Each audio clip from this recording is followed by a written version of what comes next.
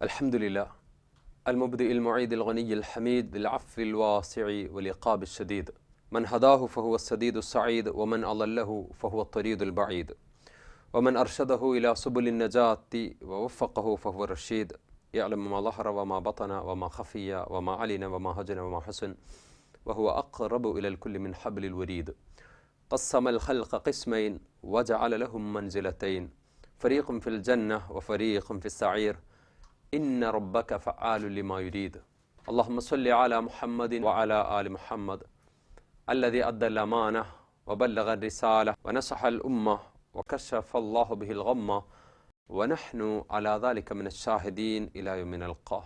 أعوذ بالله من الشيطان الرجيم. بسم الله الرحمن الرحيم.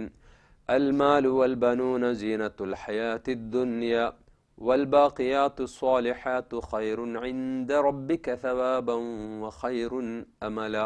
صدق الله العظيم. السلام عليكم ورحمة الله وبركاته. അള്ളാഹുവിൻ്റെ രക്ഷയും സമാധാനവും നമ്മിലേവരിലും വർഷിക്കുമാറാകട്ടെ എന്ന് പ്രാർത്ഥിക്കുകയാണ്.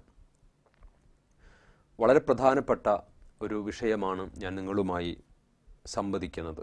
അള്ളാഹു അവൻ്റെ കാരുണ്യത്താൽ അതിനേറ്റവും ഭംഗിയായി നിങ്ങളുടെ മുമ്പിൽ അവതരിപ്പിക്കാനും അതിനെ സൂക്ഷ്മമായി വിലയിരുത്തി അതിലെ കുറവുകൾ പുറത്തു തരാൻ പ്രാർത്ഥിച്ച് ബാക്കിയുള്ളത് ജീവിതത്തിൽ പകർത്താൻ, നമ്മുടെ മക്കളുടെ ജീവിതത്തിൽ അത് പ്രാക്ടീസ് ചെയ്യാൻ നമ്മളെല്ലാവരും ശ്രമിക്കേണ്ടതുണ്ട്. അള്ളാഹു അനുഗ്രഹിക്കുമാറാകട്ടെ.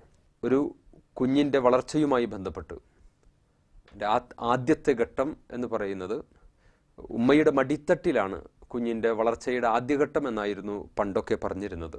എന്നാൽ ശാസ്ത്രം കുറെ വളർന്നപ്പോൾ പറയുന്നത് പ്രഗ്നൻസി പീരീഡ് എന്ന് പറയുന്നത് അതിൻ്റെ ആദ്യ സമയത്തു തന്നെ സെൽഫ് ടോക്ക്, ഉമ്മയുടെ സെൽഫ് ടോക്ക് കുഞ്ഞിനെ ബാധിക്കുന്നുണ്ടെന്നാണ്. ഉമ്മയുടെ ആത്മഗതം കുഞ്ഞിനെ വല്ലാത്ത അർത്ഥത്തിൽ സ്വാധീനിക്കുന്നുണ്ടെന്നാണ്. പഴയ ഉമ്മമാരൊക്കെ ഖുർആൻ പാരായണം ചെയ്തിരുന്നു.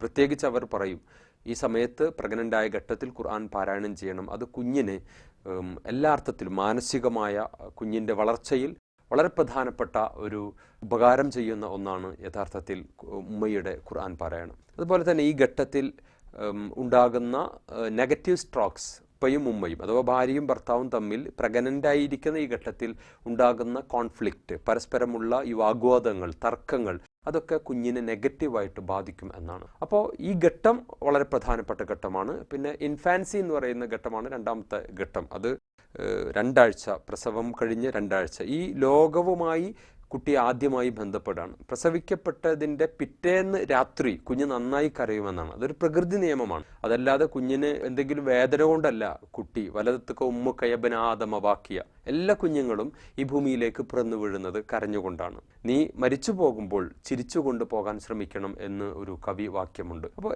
ഏതൊരു കുഞ്ഞും അങ്ങനെയാണ് ഉണ്ടാകുക.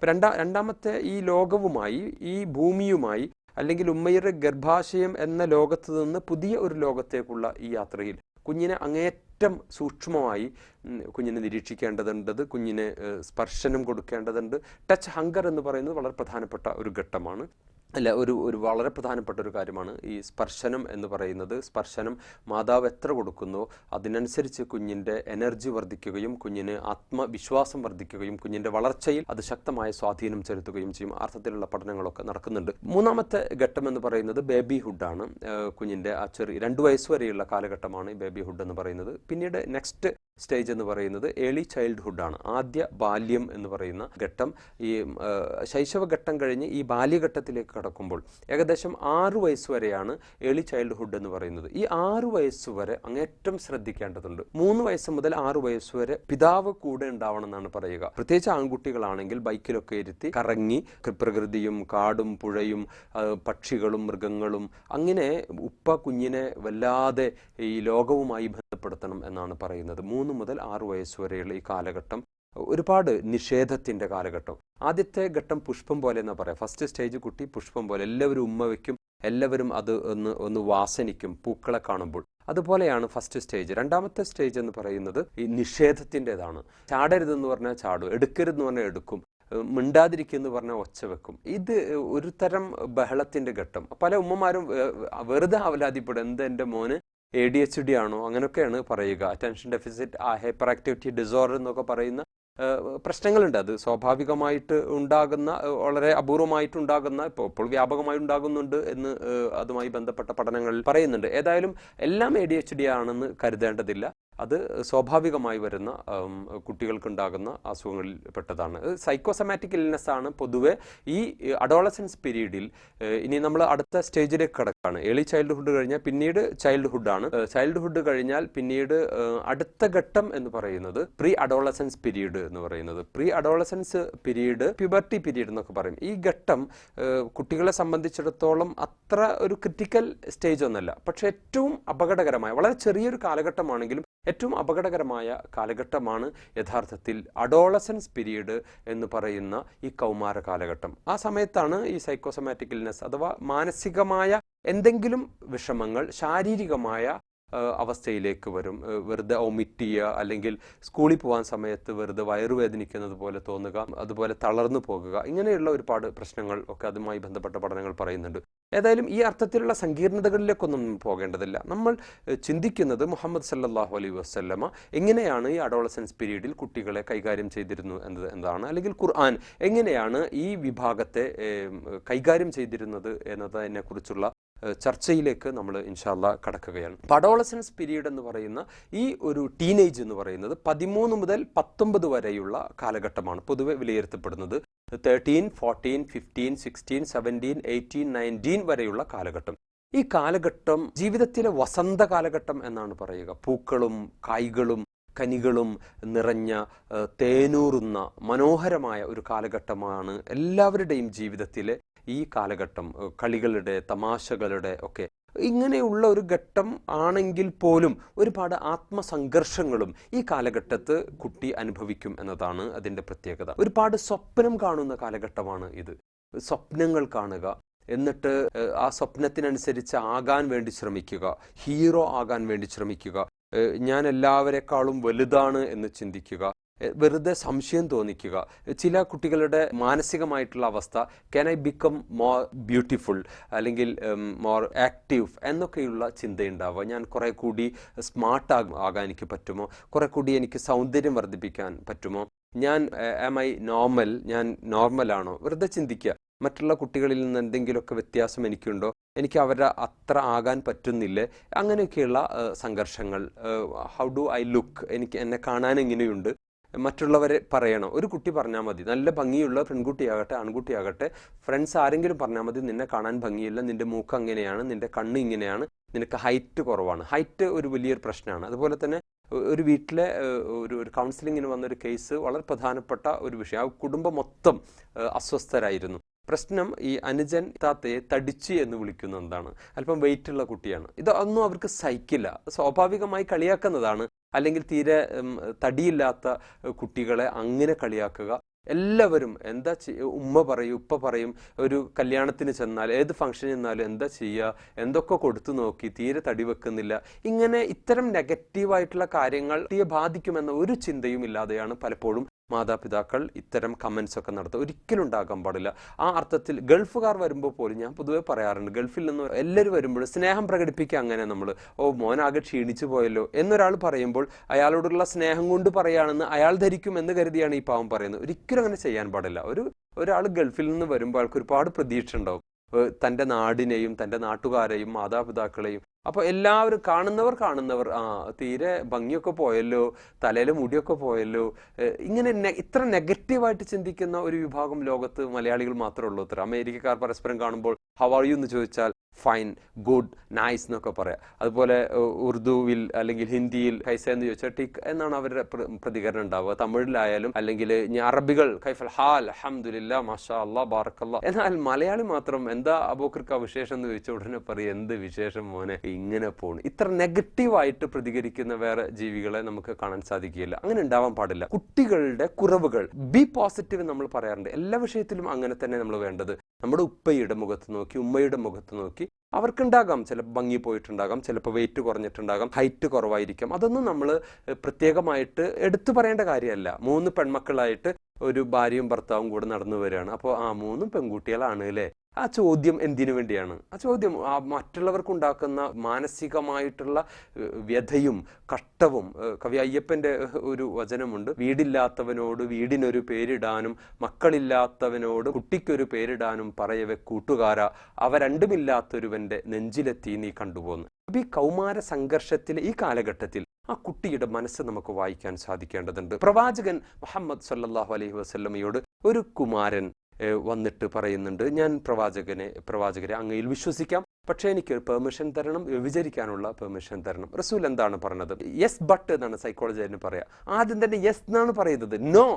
നമ്മൾ ഒരു പണ്ഡിതനോട് പറയാണ്, ഒരാൾ വന്നിട്ട് പറയുന്നത്, യുവാവ് എന്ന് ഉസ്താദ്, ഞാൻ ഇനി മുതൽ നല്ല കുട്ടിയായിട്ട് ജീവിക്കാൻ ആഗ്രഹിക്കുന്നുണ്ട്, പക്ഷെ വ്യഭിചരിക്കാൻ അനുവാദം തരണം, അല്ലെങ്കിൽ കുഴപ്പമില്ല എന്ന് ചോദിച്ചാൽ അപ്പോൾ കിട്ടുമടി.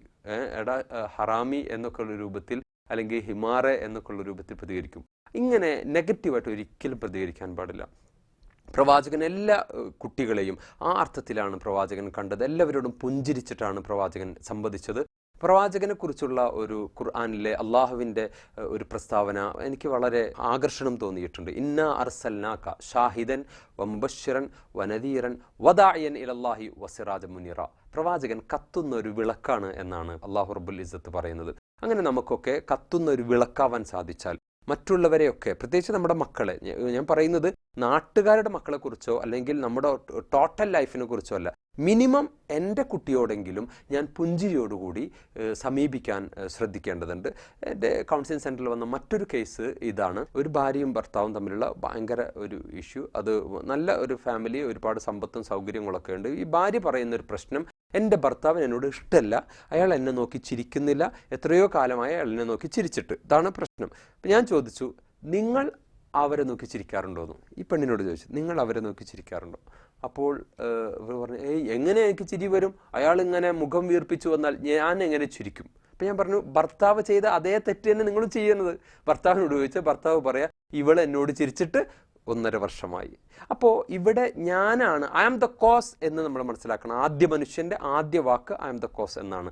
റബ്ബന ലലംന അൻഫുസന. അതുകൊണ്ട് റസൂലുള്ളാഹി സ്വല്ലല്ലാഹു അലൈഹി വസല്ലം പറഞ്ഞു, നിന്റെ മകൻ വഴിപിഴച്ചിട്ടുണ്ടെങ്കിൽ നീ തന്നെയാണ് അതിൻ്റെ കാരണം. നൂഹ് അലൈഹി സ്വലാത്തു വസ്സലാമയുടെ കുഞ്ഞ് വഴിപിഴച്ചല്ലോ. ഇത്തരം ചില അപൂർവമായിട്ടുള്ള ചില സംഗതികൾ ഉദ്ധരിച്ചുകൊണ്ട് ന്യായീകരിക്കാറുണ്ട്. നൂഹ് അലൈഹി സ്വലാത്തു വസ്സലാമയുടെ കുഞ്ഞ് വഴിപിഴച്ചിട്ടുണ്ടെങ്കിൽ ആ നൂഹിൻ്റെ ഭാര്യയെക്കുറിച്ച് ഖുർആൻ പരാമർശിക്കുന്നുണ്ട്. ലർബല്ലാഹു മസല്ലദീന കഫറു ഇംറഅത നൂഹിൻ. നൂഹിൻ്റെ ഭാര്യ സത്യനിഷേധിനിയായിരുന്നു. അവളുടെ മടിത്തട്ടിൽ വളർന്നാൽ അങ്ങനെ കുട്ടിയാകൂ. അത് നൂഹിൻ്റെ പ്രശ്നമല്ല, ഭാര്യയുടെ പ്രശ്നമാണ്. ഇപ്പം ഞാൻ പറയുന്നത്, കുല്ലു മൗലൂദിൻ യൂലദു അലൽ ഫിത്ര, എല്ലാ കുട്ടികളും ഫിത്രത്തിലാണ് എന്ന് റസൂലുള്ളാഹി സ്വല്ലല്ലാഹു അലൈഹി വസല്ലം പറയുന്നുണ്ട്. ഫഅബവാഹു, അവരുടെ പേരൻസ് ആണ് അവരെ മറ്റ് ആദർശങ്ങളിലേക്ക് വ്യതിചലിപ്പിക്കുന്നത് എന്ന്. പൂർണ്ണമായും മക്കൾ വ്യതിചലിച്ചാൽ അതിൻ്റെ ഉത്തരവാദി മാതാപിതാക്കളാണ് എന്ന് തന്നെയാണ് റസൂലുള്ളാഹി സ്വല്ലല്ലാഹു അലൈഹി വസല്ലം പറയുന്നത്. അപ്പോൾ ആ അർത്ഥത്തിൽ വേണം നമ്മൾ അതിനെ കാണാൻ. ഒരിക്കലും ഈ കാലഘട്ടത്തിലെ കുട്ടിയോട് നെഗറ്റീവായിട്ട് പെരുമാറരുത്. ഒരുപാട് സ്വപ്നം കാണുന്ന ഘട്ടമാണിത്. മറ്റൊരു കാര്യം, ഈ ഘട്ടത്തിലെ അഡോളസൻസ് പീരീഡിലെ മറ്റൊരു പ്രശ്നം, മറ്റൊരു പ്രത്യേകത, പീരീഡ് ഓഫ് റാപ്പിഡ് ഗ്രോത്ത്. പെട്ടെന്നായിരിക്കും ശരീരം വളരുക. നമ്മൾ കുട്ടിയുടെ പ്യൂബർട്ടി പീരീഡ് കഴിഞ്ഞ് അഡോളസൻസിലേക്ക് എത്തുമ്പോൾ കുട്ടി വളരെ പെട്ടെന്നായിരിക്കും, ബോയ് ആവട്ടെ ഗേൾ ആവട്ടെ, ശാരീരികമായ വളർച്ച വളരെ പെട്ടെന്നായിരിക്കും സംഭവിക്കുക. ശബ്ദത്തിന് ചെറിയ മാറ്റം ഉണ്ടായിരിക്കും, ചെറിയ പൊടിമീശൊക്കെ മുളക്കാൻ തുടങ്ങും.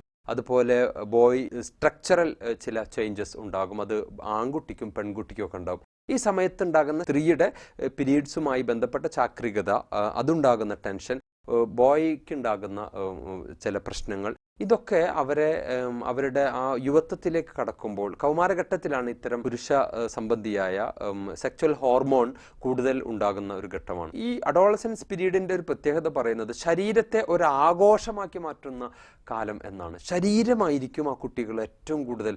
എത്ര തവണയാണ് കണ്ണാടിയിൽ ആ സമയത്ത് നോക്കാന്നറിയോ? ശരീരമൊക്കെ കണ്ണാടിയിൽ നോക്കി, എന്താണ് കൈയൊക്കെ അങ്ങനെ കാണിച്ച്, ബോയൊക്കെ ആണെങ്കിൽ ഞാൻ നല്ല മസിൽസ് കണ്ടാൽ നമുക്ക് എന്താണ് ചിലപ്പോഴൊക്കെ കരച്ചിൽ വന്നു പോകും, അത്ര ദുർബലമായിരിക്കും എൻ്റെ കൈ. പക്ഷെ അവൻ അങ്ങനെയൊക്കെ കാണിച്ച്, അപ്പം നമ്മൾ കളിയാക്കൊന്നും ചെയ്യരുത്. ചില പാട്ടൊക്കെ പാടുമ്പോൾ നമ്മൾ കളിയാക്കും, നിൻ്റെ കഴുതയുടെ രാഗം പോലെ. ഇങ്ങനെ നമ്മൾ നെഗറ്റീവായിട്ട് തമാശക്കാണ് പറയുന്നത്. ചില ആളുകൾ അങ്ങനെയുണ്ട്, ഇടിക്കും, എന്നിട്ട് ഇടിച്ചിട്ട് പറയുമോ വേദനിച്ചൂല്ലേ, തമാശക്ക് ചെയ്യുന്ന, അതിനൊക്കെ ഒരു തരം രോഗമാണ്. അതൊക്കെ ചികിത്സിച്ച് ഭേദമാക്കേണ്ടതാണ്. ഇതുപോലെ ചില രോഗികളായിട്ടുള്ള മാതാപിതാക്കളുണ്ട്. തമാശക്ക് ഈ അർത്ഥത്തിൽ നെഗറ്റീവായിട്ടുള്ള കളിയാക്കലുകൾ, കുറ്റപ്പെടുത്തലുകൾ, നിന്റെ ശരീരം അങ്ങനെയാണ്, അല്ലെങ്കിൽ നിന്റെ രാഗം ഇങ്ങനെയാണ്, നിന്റെ സ്വരഭംഗിയില്ലാത്ത ആളാണ്, നീ കറുത്തിട്ടാണ്, വെളുത്തിട്ടാണ്. സാവു ബൈന ഔലാദിക്കും എന്ന് റസൂലുള്ളാഹി സ്വല്ലല്ലാഹു അലൈഹി വസല്ലം പറയുന്നു. നിങ്ങൾ എല്ലാ കുട്ടികളോടും തുല്യത കാണിക്കുക. ബോയ് ആകട്ടെ ഗേൾ ആകട്ടെ, നിങ്ങൾ ഒരിക്കലും അവരോട് എന്താണ് ഒരു തരത്തിലുമുള്ള ഡിസ്ക്രിമിനേഷൻ നിങ്ങളുടെ ഭാഗത്തുനിന്ന് ഉണ്ടാവില്ല. മൻകാന ലഹു ഉൻസ, പ്രത്യേകിച്ച് പെൺകുട്ടികളെ, ആർക്കെങ്കിലും ഒരു പെൺകുട്ടി ഉണ്ടായി, വലം യുദ്ഹ, അവളെ കുഴിച്ചുമൂടിയില്ല, വലം യഹിൻഹ, അവളെ ഇൻസൾട്ട് ചെയ്തില്ല, വലം യുസിർ വലദഹു അലൈഹ, ആൺകുട്ടിയെ അവളേക്കാൾ പ്രാധാന്യവും നൽകിയില്ലെങ്കിൽ, അങ്ങനെ ഒരു മോളെ ആരെങ്കിലും വളർത്തിയാൽ ആ പെൺകുട്ടി മുഖേന ആ മാതാപിതാക്കൾ സ്വർഗത്തിൽ കടക്കും എന്ന് റസൂലുള്ളാഹി സ്വല്ലല്ലാഹു അലൈഹി വസല്ലം പറയുന്നുണ്ട്. അപ്പം ഇത് നമ്മൾ വളരെ ഗൗരവത്തിൽ വേണം ഈ വിഷയത്തെ കാണാൻ. അപ്പം ശരീരത്തെ ഒരു ആഘോഷമാക്കി മാറ്റുന്ന കാലഘട്ടം. ഈ സമയത്താണ് ടീഷർട്ടൊക്കെ I am idiot, I am for sale, ഇതുപോലെയുള്ള മണ്ടൻ വാചകങ്ങളൊക്കെ ആയിട്ടുള്ള ടീഷർട്ടൊക്കെ ധരിച്ച് മസിലൊക്കെ എടുത്ത് നെഞ്ചൊക്കെ വിരിച്ച്, പണ്ട് നമ്മുടെ നാട്ടിലെ അറിയപ്പെട്ട ഗുണ്ടകളായിരുന്നു നെഞ്ച് വിരിച്ച് നടക്കുക എങ്കിൽ ഈ കാലഘട്ടത്തിൽ വ്യാപകമായി ഇത്തരം കുട്ടികൾ ജിമ്മൊക്കെ ചെയ്ത് ഇങ്ങനെ നെഞ്ച് വിരിച്ച്, പിതാവിനെ കണ്ടാൽ പോലും അവൻ അങ്ങനത്തെയാണ് നിൽക്കുക. ഇങ്ങനെ ബോഡി ലാംഗ്വേജ് വളരെ അപകടമാണ്. ഇതൊന്നും കണ്ട് ഞാനിത് പറയുന്നത് ചിലപ്പോൾ ഉപ്പയൊക്കെ തോന്നും, ഉപ്പ ഗൾഫിൽ നിന്ന് 2 വർഷം കഴിഞ്ഞിട്ടാണ് വരുന്നത്, അപ്പോഴാണ് ഇവന് കൗമാരൻ പ്രായത്തിലേക്ക് വരുന്നത്. അപ്പോൾ ഇവന്റെ വിചാരം ഇവന് ആരൊക്കെയോ ആയി എന്നാണ്. ഈ കുട്ടികളുടെ ഈ സമയത്തെ ഒരു പ്രത്യേകതയാണത്, ഞാൻ ആരൊക്കെയോ ആയിട്ടുണ്ട്. അപ്പോൾ ഉപ്പ വരുമ്പോൾ ഇവൻ എന്താണ് വളരെ ആഭാസകരമായ വസ്ത്രമൊക്കെ ധരിച്ച് ചിലപ്പോൾ ഒരു മാലൊക്കെ ഇട്ട് ഉപ്പയുടെ മുന്നിൽ ചിരിച്ചിങ്ങനെ നിൽക്കണ്ടോ. ഇത് കണ്ട വഴിക്ക് ഉപ്പാക്ക് തോന്നി തിരിച്ചു പോവാണ് നല്ലത്, ഇവനാകെ വഴിപഴച്ചു പോയിരിക്കുന്നു. ഇങ്ങനെ നിങ്ങൾ ഒരിക്കലും അസസ് ചെയ്യരുത്. ഒരു കുട്ടി അങ്ങനെ ആയിപ്പോയി എന്നത് കൊണ്ട് ഇനി ഒരിക്കലും ഇവൻ നന്നാവില്ല, ഇവൻ വഴിപഴച്ചു പോയി. അത് ഈ പ്രായത്തിന്റെ ചില പ്രശ്നങ്ങൾ മാത്രമായിട്ട് വേണം നിങ്ങൾ അതിനെ കണക്കാക്കാൻ. സ്നേഹമാണ് ഇപ്പോൾ കൊടുക്കേണ്ടത്. മാക്സിമം സ്നേഹം കൊടുക്കുക, തലോടൽ കൊടുക്കുക, അവരെ പരമാവധി ബോധ്യപ്പെടുത്താൻ ശ്രമിക്കുക. ഈ സമയത്ത് കുട്ടികളെ കോസ്മെറ്റിക് കമ്പനികൾ ധാരാളമായി ഉപയോഗപ്പെടുത്തും. അതുപോലെ തന്നെ ഫിലിംസ്, അതുപോലെ മദ്യ മാഫിയകൾ, എല്ലാവരും ഇവരെ ദുരുപയോഗം ചെയ്യുന്ന കഞ്ചാവിൻ്റെ ആളുകൾ, അതുപോലെ മദ്യത്തിൻ്റെ ആളുകൾ, ഇത്തരം ആളുകൾ വ്യാപകമായി പിടിക്കുന്ന അല്ലെങ്കിൽ ഇവരെ ചാക്കിടുന്ന, വലയെറിയുന്ന ഒരു സന്ദർഭമാണ് ഈ സന്ദർഭം. അതുകൊണ്ട് മാതാവിനും പിതാവിനും ഈ സമയത്ത് അങ്ങേറ്റം ശ്രദ്ധ ഇവരിലുണ്ടാകേണ്ടതുണ്ട്. എന്തെങ്കിലും അർത്ഥത്തിലുള്ള വ്യതിചലനങ്ങൾ കണ്ടാൽ എത്രയും പെട്ടെന്ന് അവരെ അതിൽ നിന്ന് പിന്തിരിപ്പിക്കാൻ ശ്രമിക്കേണ്ടതുണ്ട്. ഇവരുടെ ഫ്രണ്ട്സിനെയാണ് നമ്മൾ പ്രത്യേകിച്ച് നോക്കേണ്ടത്. പിയർ ഗ്രൂപ്പ് എന്ന് പറയുന്നത് വളരെ പ്രധാനപ്പെട്ട ഒരു കാര്യമാണ്. ഈ സമയത്ത് ഇവർക്ക് ത്രെഡ്മില്ലും ക്രോസ് ട്രെയിനറും ഒക്കെ ജിമ്മിനും ഒക്കെയുള്ള അവസരങ്ങൾ കൊടുക്കുക. പിതാവ് ബൈക്കൊക്കെ ഉണ്ടെങ്കിൽ അത് അവന് കൊടുക്കുക. തൊട്ടുപോകരുത് എൻ്റെ ബൈക്കിൽ, നിനക്ക് 18 വയസ്സാവട്ടെ, അങ്ങനൊന്നും പറയരുത്. അവർ തൊടാൻ അനുവദിക്കുക. റോഡിലേക്ക് പോകരുത് മോനെ, കാരണം ഇന്ത്യൻ നിയമം ഇങ്ങനെയാണ്, 18 വയസ്സിന് താഴെയുള്ളവർ. അങ്ങനെ സ്നേഹം കൊണ്ടായിരിക്കണം സംസാരിക്കേണ്ടത്. ഒരുമാതിരി പോലീസ് സ്റ്റൈലിൽ ഒരിക്കലും വീട്ടിൽ എടുക്കാൻ പാടില്ല. മാതാവും അങ്ങനെ ചെയ്യാൻ പാടില്ല. ഉമ്മയും പരമാവധി സ്നേഹം കൊടുക്കണം. ഉപ്പ വരട്ടെ, ശരിയാക്കി തരാം, നിന്റെ എല്ലാ കളികളും അവസാനിപ്പിച്ചു തരാം, അടുത്ത ആഴ്ച ഉപ്പ വരുന്നുണ്ട് എന്നൊക്കെ പറയുമ്പോൾ സ്വാഭാവികമായും മക്കൾ പ്രാർത്ഥിക്കും, റബ്ബേ എത്രയോ വാഹനാപകടങ്ങൾ ഉണ്ടാകുന്നുണ്ട്, നീ ഞങ്ങളെ കാത്തുരക്ഷിക്കണമേ. ഈ പ്രാർത്ഥിക്കാൻ മക്കളെ പ്രേരിപ്പിക്കുന്ന ഒരു അവസരം മാതാക്കൾ ഉണ്ടാക്കരുത്. ഉപ്പ എന്ന് പറയുന്നത് സ്നേഹമാണ് എന്ന് കുട്ടികളെ ബോധ്യപ്പെടുത്താൻ ശ്രമിക്കുക. മോനെ, ഉപ്പ വരുമ്പോൾ നിനക്ക് നല്ല സാധനങ്ങൾ കൊണ്ടുവന്ന് തരും, ഞാൻ നിന്നെക്കുറിച്ച് കുറ്റമൊന്നും പറയില്ല, പക്ഷെ നീ ശ്രദ്ധിക്കണം, ഉപ്പ വന്നു കഴിഞ്ഞാൽ ഉപ്പാക്കത് സഹിക്കില്ല, എനിക്കൊരു പക്ഷേ സഹിക്കാം, ഉപ്പ വളരെ നല്ല മനുഷ്യനാണ് എന്നൊക്കെയുള്ള സ്നേഹരൂപത്തിലായിരിക്കണം അവരോട് പെരുമാറേണ്ടത്. ഉപ്പ കൊണ്ട് കയറി വരുമ്പോഴേക്ക് പിതാവിനോട് മകനെക്കുറിച്ചുള്ള കുറ്റങ്ങൾ, വേവലാതി, എനിക്ക് വയ്യ, ഞാൻ തോറ്റു, എന്തെങ്കിലും ചെയ്തോളൂ, എനിക്കിനി ഇവിടെ ജീവിക്കാൻ പറ്റില്ല എന്നൊക്കെയുള്ള പ്രസ്താവനകൾ ഒരിക്കലും ഉണ്ടാകാൻ പാടില്ല. എന്തായാലും പെട്ടുപോയി, അല്ലെങ്കിൽ പിന്നെ കല്യാണം കഴിക്കാതിരിക്കണം. കല്യാണം കഴിച്ചുപോയി, കുഞ്ഞായിപ്പോയി, കുഞ്ഞ് കൗമാര പ്രായത്തിലെത്തിപ്പോയി, എന്തായാലും I accept as you are എന്ന് പറയണം എന്നാണ്. നീ എങ്ങനെയോ അങ്ങനെ സ്വീകരിക്കുക. അപ്പുറത്തെ വീട്ടിലെ കുട്ടിയെ സ്വന്തം കുട്ടിയാക്കാൻ പറ്റില്ലല്ലോ. എൻ്റെ കുട്ടി തന്നെയാണ്. ഒരു കുട്ടിക്ക് മാതാപിതാക്കൾ ഹസൻ ഹുസൈൻ എന്ന് പേരിട്ടു. 2 കുട്ടികളുണ്ടായി. ഹസനും ഹുസൈനും വളർന്നപ്പോൾ അവര് 2 കുട്ടികൾ അബൂജഹലിനേക്കാളും മോശമായി എന്നാണ് പറയുന്നത്. അപ്പോൾ ഉസ്താദിനോട് പറഞ്ഞു, ഉസ്താദ്, കുട്ടികൾക്ക് ഹസനും ഹുസൈനൊക്കെ പേരിട്ടത് നബിയുടെ പേരമക്കളെ പോലെ നന്നാവാൻ വേണ്ടിയിട്ടാണ്, പക്ഷെ മക്കൾ കുരുത്തം കെട്ടു എന്ന് പറഞ്ഞപ്പോൾ ഉസ്താദ് ചോദിച്ചു, ഹസനും ഹുസൈൻ്റെയും ഉമ്മയും വാപ്പയും ആരാന്നറിയോ? ഒന്ന് ഫാത്തിമയാണ്, മറ്റൊന്ന് അലിയാണ്. അതേപോലെ നിങ്ങളായാൽ നിങ്ങളെ മക്കളും ഹസനും ഹുസൈനാവും. അഥവാ നമ്മൾ എത്ര മോശമായാലും നമ്മുടെ കുട്ടികൾ അങ്ങനെ ആകാൻ പാടില്ല. ഇതെല്ലാവരും പറയുന്നൊരു വർത്തമാനമാണ്. നമ്മൾ മോശമാണെങ്കിൽ അത് മക്കൾ കണ്ടാണ് വളരുക. അതുകൊണ്ട് ആ അർത്ഥത്തിൽ അമിതമായി അവരെ പ്രയാസപ്പെടുത്തരുത്. ഒറ്റപ്പെടലാണ് ഈ ഘട്ടത്തിൽ ഏറ്റവും അപകടകരമായൊരു പ്രത്യേകത. ട്രാൻസിഷൻ പീരീഡ് എന്നാണ് ഇതിന് പറയുക, സംക്രമദശ. അഥവാ ഈ കുട്ടികളുടെ ഇപ്പോഴത്തെ ഒരു പ്രത്യേകത, ഇവരെ യുവാവുമല്ല എന്നാൽ ബാല്യത്തിലുമല്ല, അതിൻ്റെ ഒരു മിഡിൽ ഒരു അവസ്ഥയിലാണ് ഉണ്ടാവുക. വലതുകാൽ യൗവനത്തിലേക്കും ഇടതുകാൽ ബാല്യത്തിലുമായിരിക്കും എന്നാണ് ഇവരെ കുറിച്ച് പറയുക. കുട്ടികളോടൊപ്പം കളിക്കുമ്പോൾ കുട്ടികൾ പറയും ഇക്കാക്ക മാറി നിന്നേന്ന് പറയും, അപ്പൊ ഇക്കാക്ക കേൾക്കും. യുവാക്കളുടെ അടുത്ത് പോകുമ്പോൾ പറയും പിള്ളേരോട് നിന്ന് മാറി നിന്നെന്ന് പറയും. ഇങ്ങനെ രണ്ട് കൂട്ടരിലും കൂടാതെ ഇവർ കിടന്നിട്ട് ഇങ്ങനെ ഭയങ്കര മാനസികമായ സംഘർഷങ്ങൾ. എന്നാൽ അവന്റെ ബോധം ഞാൻ വളരെ വലുതായിരിക്കുന്നു, അല്ലെങ്കിൽ അവൾ വിചാരിക്കും ഞാൻ ഇവിടെ വലിയ ആളായിരിക്കുന്ന. പക്ഷെ പ്രത്യേകിച്ച് വീട്ടിൽ ഗസ്റ്റൊക്കെ വരുമ്പോഴാണ് ഈ മാതാപിതാക്കൾ ഇൻസൾട്ട് ചെയ്യുക. ഗസ്റ്റൊക്കെ വരുമ്പോൾ മാതാപിതാക്കൾ ഇവരെ കുറിച്ച് പറയുമ്പോൾ ഇവനെ ഒന്നും പറയാണ്ടിരിക്കുക ഭേദം, എന്താ ചെയ്യാം, മിഞ്ഞാന്ത് അവിടുന്ന് മറ്റത് മോഷ്ടിച്ചു കൊണ്ടുവന്നു, ഉപ്പാടെ പോക്കറ്റിൽ നിന്ന് 500 റുപ്യ എടുത്തു, അതിൻ്റെ പരാതി. ഇങ്ങനെ ആളുകളുടെ ഇടയിൽ വെച്ച് ഇൻസൾട്ട് ചെയ്യുക ഒരിക്കലും സംഭവിക്കുക. നമ്മുടെ കുട്ടിക്ക് അങ്ങനെ ദുസ്വഭാവങ്ങൾ ഉണ്ടാകാം. ഈ സമയത്ത് WHO വേൾഡ് ഹെൽത്ത് ഓർഗനൈസേഷൻ ഈ കുട്ടികളെ കുറിച്ച് പറഞ്ഞത് 19-നും പണത്തിനും ഇടയിലെ പ്രായം എന്നാണ്. അഥവാ പണം ഈ സമയത്ത് ഏറെ ആവശ്യമായി വരുന്ന ഒരു ഘട്ടമാണ്. എവിടെയാണ് പിതാവ് കുപ്പായം അഴിച്ചിടുന്നത്, ഷർട്ട് എവിടെയാണ് ഉപ്പയുടെ പേഴ്സ് എവിടെയാണ് എന്നൊക്കെ അവർ കൃത്യമായിട്ട് അറിയണ്ടാവും. അപ്പം അതുകൊണ്ട് നിങ്ങൾ മക്കളെ കള്ളനാക്കാതിരിക്കുക. നിങ്ങളാണ് അവരെ കള്ളനാക്കുന്നത്. അതുകൊണ്ട് മക്കൾ അങ്ങനെ എടുക്കുന്ന അവസരം നിങ്ങൾ ഉണ്ടാക്കാതിരിക്കുക. അല്ലെങ്കിൽ ഉപ്പ മകനെ വിളിച്ച് പറയാം 500 രൂപ എൻ്റെ പോക്കറ്റിലുണ്ട്, ഞാൻ തിരിച്ചു വരുമ്പോഴും അവിടെ തന്നെ അത് കാണണം എന്നൊക്കെ മക്കളോട് പറഞ്ഞാൽ ഉപ്പ എന്നെ മനസ്സിലാക്കിയിരിക്കുന്നു എന്ന് അഡ്വാൻസ് ആയിട്ട് മനസ്സിലാവും. പിന്നെ അവസാനം ബഹളം ഉണ്ടാക്കേണ്ട കാര്യമല്ല. ഇനി ഇൻ കേസ് ജീവിതത്തിൽ ആദ്യമായിട്ട് 200 രൂപ ഉപ്പയുടെ പോക്കറ്റിൽ നിന്ന് എടുത്ത് അത് ഉമ്മ അറിഞ്ഞോടുകൂടെ മുറ്റത്തിരുന്ന് കരയാൻ തുടങ്ങി. നാട്ടുകാരൊക്കെ എൻ്റെ മോന് വഴിപിഴച്ചു പോയിരിക്കുന്നു, എനിക്കിനി ജീവിക്കണ്ട. അങ്ങനെ ഈ കുട്ടിയെ ആകെ, അല്ലെങ്കിൽ ഉടനെ തന്നെ ഗൾഫിലേക്ക് ഫോൺ ചെയ്യും, ഇവൻ ആകെ മോഷണമാണ് ഇവിടെ, ഇവനെങ്ങനെ ആയിക്കഴിഞ്ഞാൽ വീരപ്പനാവില്ലെന്ന് ആര് കണ്ടു എന്നൊക്കെ പറഞ്ഞ് സ്കൂളിലേക്ക് വിളിക്കുന്നു, പ്രിൻസിപ്പൾ അറിയിക്കുന്നു. വളരെ ശ്രദ്ധിക്കേണ്ട ഒരു കാര്യം, ഖുർആൻ പറയുന്നൊരു വളരെ പ്രധാനപ്പെട്ട ഒരു കാര്യമുണ്ട്. നിങ്ങൾ വൃത്തികേട്, ഇന്നല്ലദീന യുഹിബ്ബൂന അൻ തശിഅൽ ഫാഹിഷ, വൃത്തികേട് നിങ്ങൾ പ്രചരിപ്പിക്കരുത്, നെഗറ്റീവ്സ് നിങ്ങൾ പറയരുത്. ആരെങ്കിലും ഒരാളുടെ കുറവ് മൂടി വെച്ചാൽ അള്ളാഹു പരലോകത്ത് അവൻ്റെ കുറവ് മൂടി വെക്കുമെന്ന് പറയുന്നത് മക്കളുടെ വിഷയത്തിൽ വളരെ പ്രധാനമാണ്, ഭർത്താവിൻ്റെ വിഷയത്തിൽ വളരെ പ്രധാനമാണ്, ഭാര്യയുടെ വിഷയം. ആരും ആരുടെ നെഗറ്റീവ്സ് പറയാതിരിക്കുക. നമ്മുടെ മക്കൾ ഒക്കെ അങ്ങനെ കുറവുണ്ടെങ്കിൽ അത് അയൽവാസികളോട് പ്രത്യേകമായിട്ട് പറയരുത്, അയൽവാസികളായിട്ടുള്ള ഉമ്മമാരോട് പ്രത്യേകമായിട്ട് പറയാതിരിക്കുക. നമ്മുടെ കുട്ടികളെ നല്ല രൂപത്തിൽ വളർത്താനുള്ള വളരെ പ്രധാനപ്പെട്ട ഒരു കാര്യമാണിത്. അപ്പോൾ ഈ ഒറ്റപ്പെടൽ ഉണ്ടാകുമ്പോൾ നന്നായി സംസാരിച്ചിരുന്ന കുട്ടിയാണ് പെട്ടെന്ന് സംസാരം നിൽക്കും. അവൻ്റെ ഫ്രണ്ട്സിനോടൊക്കെ ഭയങ്കര സംസാരിക്കും, വാചാലമായി സംസാരിക്കും. ഫ്രണ്ട്സ് എന്ന് പറയുന്നത് ഈ സമയത്ത് ഒരു ആഘോഷമാക്കി മാറ്റുന്ന, അവർക്ക് ഏറ്റവും പ്രധാനം ഫ്രണ്ട്സാണ്. ആ ഫ്രണ്ട് എന്നോട് അങ്ങനെ പറഞ്ഞു, ഏത് കോഴ്സ് ചെയ്യണം, ഫ്രണ്ട് എന്നോട് ഇങ്ങനെ പറഞ്ഞു, ഈ ഷർട്ട് എന്തിനാ നീ എടുത്തത്, എൻ്റെ ഫ്രണ്ട് എന്നോട് അങ്ങനെ പറഞ്ഞു. ഇങ്ങനെ ഫ്രണ്ട്ഷിപ്പ്, ഗേൾ ഫ്രണ്ട് ഉണ്ടാകും, ബോയ് ഫ്രണ്ട് ഉണ്ടാകും. ഇവരുടെ നിർദ്ദേശം അനുസരിച്ചായിരിക്കും കുട്ടികൾ നീങ്ങുക. അപ്പോൾ മാതാപിതാക്കൾക്ക് ദേഷ്യവും, മകൾ പറയും നിന്നെ നശിപ്പിക്കുന്നത് മുഴുവൻ അബൂബക്കർക്കാടെ മകനാണ്, ഇത് അവന് സൈക്കിൾ, ഒരു പക്ഷേ അബൂബക്കറുടെ മകൻ ഇത് അറിയും, അല്ലെങ്കിൽ അബൂബക്കർക്കെങ്കിലും മിനിമം അറിയും. അങ്ങനെയുള്ള പ്രശ്നങ്ങൾ ഉണ്ടാകും. നിങ്ങൾ ഇവനെ അടിച്ചോളൂ, ഇവനെ ശാസിച്ചോളൂ, പക്ഷെ ഇവൻ്റെ ഫ്രണ്ട്സിനെ കളിയാക്കുക, അവരെ ഇൻസൾട്ട് ചെയ്യുക ഒരിക്കലും സഹിക്കില്ല. നിങ്ങൾക്ക് കഴിയുമെങ്കിൽ ഇടയ്ക്ക് നിങ്ങളുടെ മക്കളുടെ ഫ്രണ്ട്സിനെ വീട്ടിലേക്ക് വിളിക്കുക. ഇടയ്ക്കിടയ്ക്ക് വിളിക്കണം എന്നല്ല, വർഷത്തിൽ 1-2 തവണ അവരെല്ലാവരും വിളിക്കുക. ചിലപ്പോൾ നിങ്ങളുടെ മോളുടെ ഫ്രണ്ട്സ് ആയിരിക്കും, അതിൽ ബോയ് ഉണ്ടാവും, ഗേൾ ഉണ്ടാവും, അവരൊക്കെ വീട്ടിലേക്ക് വിളിക്കുക, അവർക്ക് ഒരു നേരത്തെ ഭക്ഷണം കൊടുക്കുക. അപ്പം നിങ്ങൾക്ക് കൃത്യമായി മനസ്സിലാക്കാൻ പറ്റും ആരൊക്കെയാണ് ഇവർ എന്ന്. അവർക്കും വീട് മനസ്സിലായി.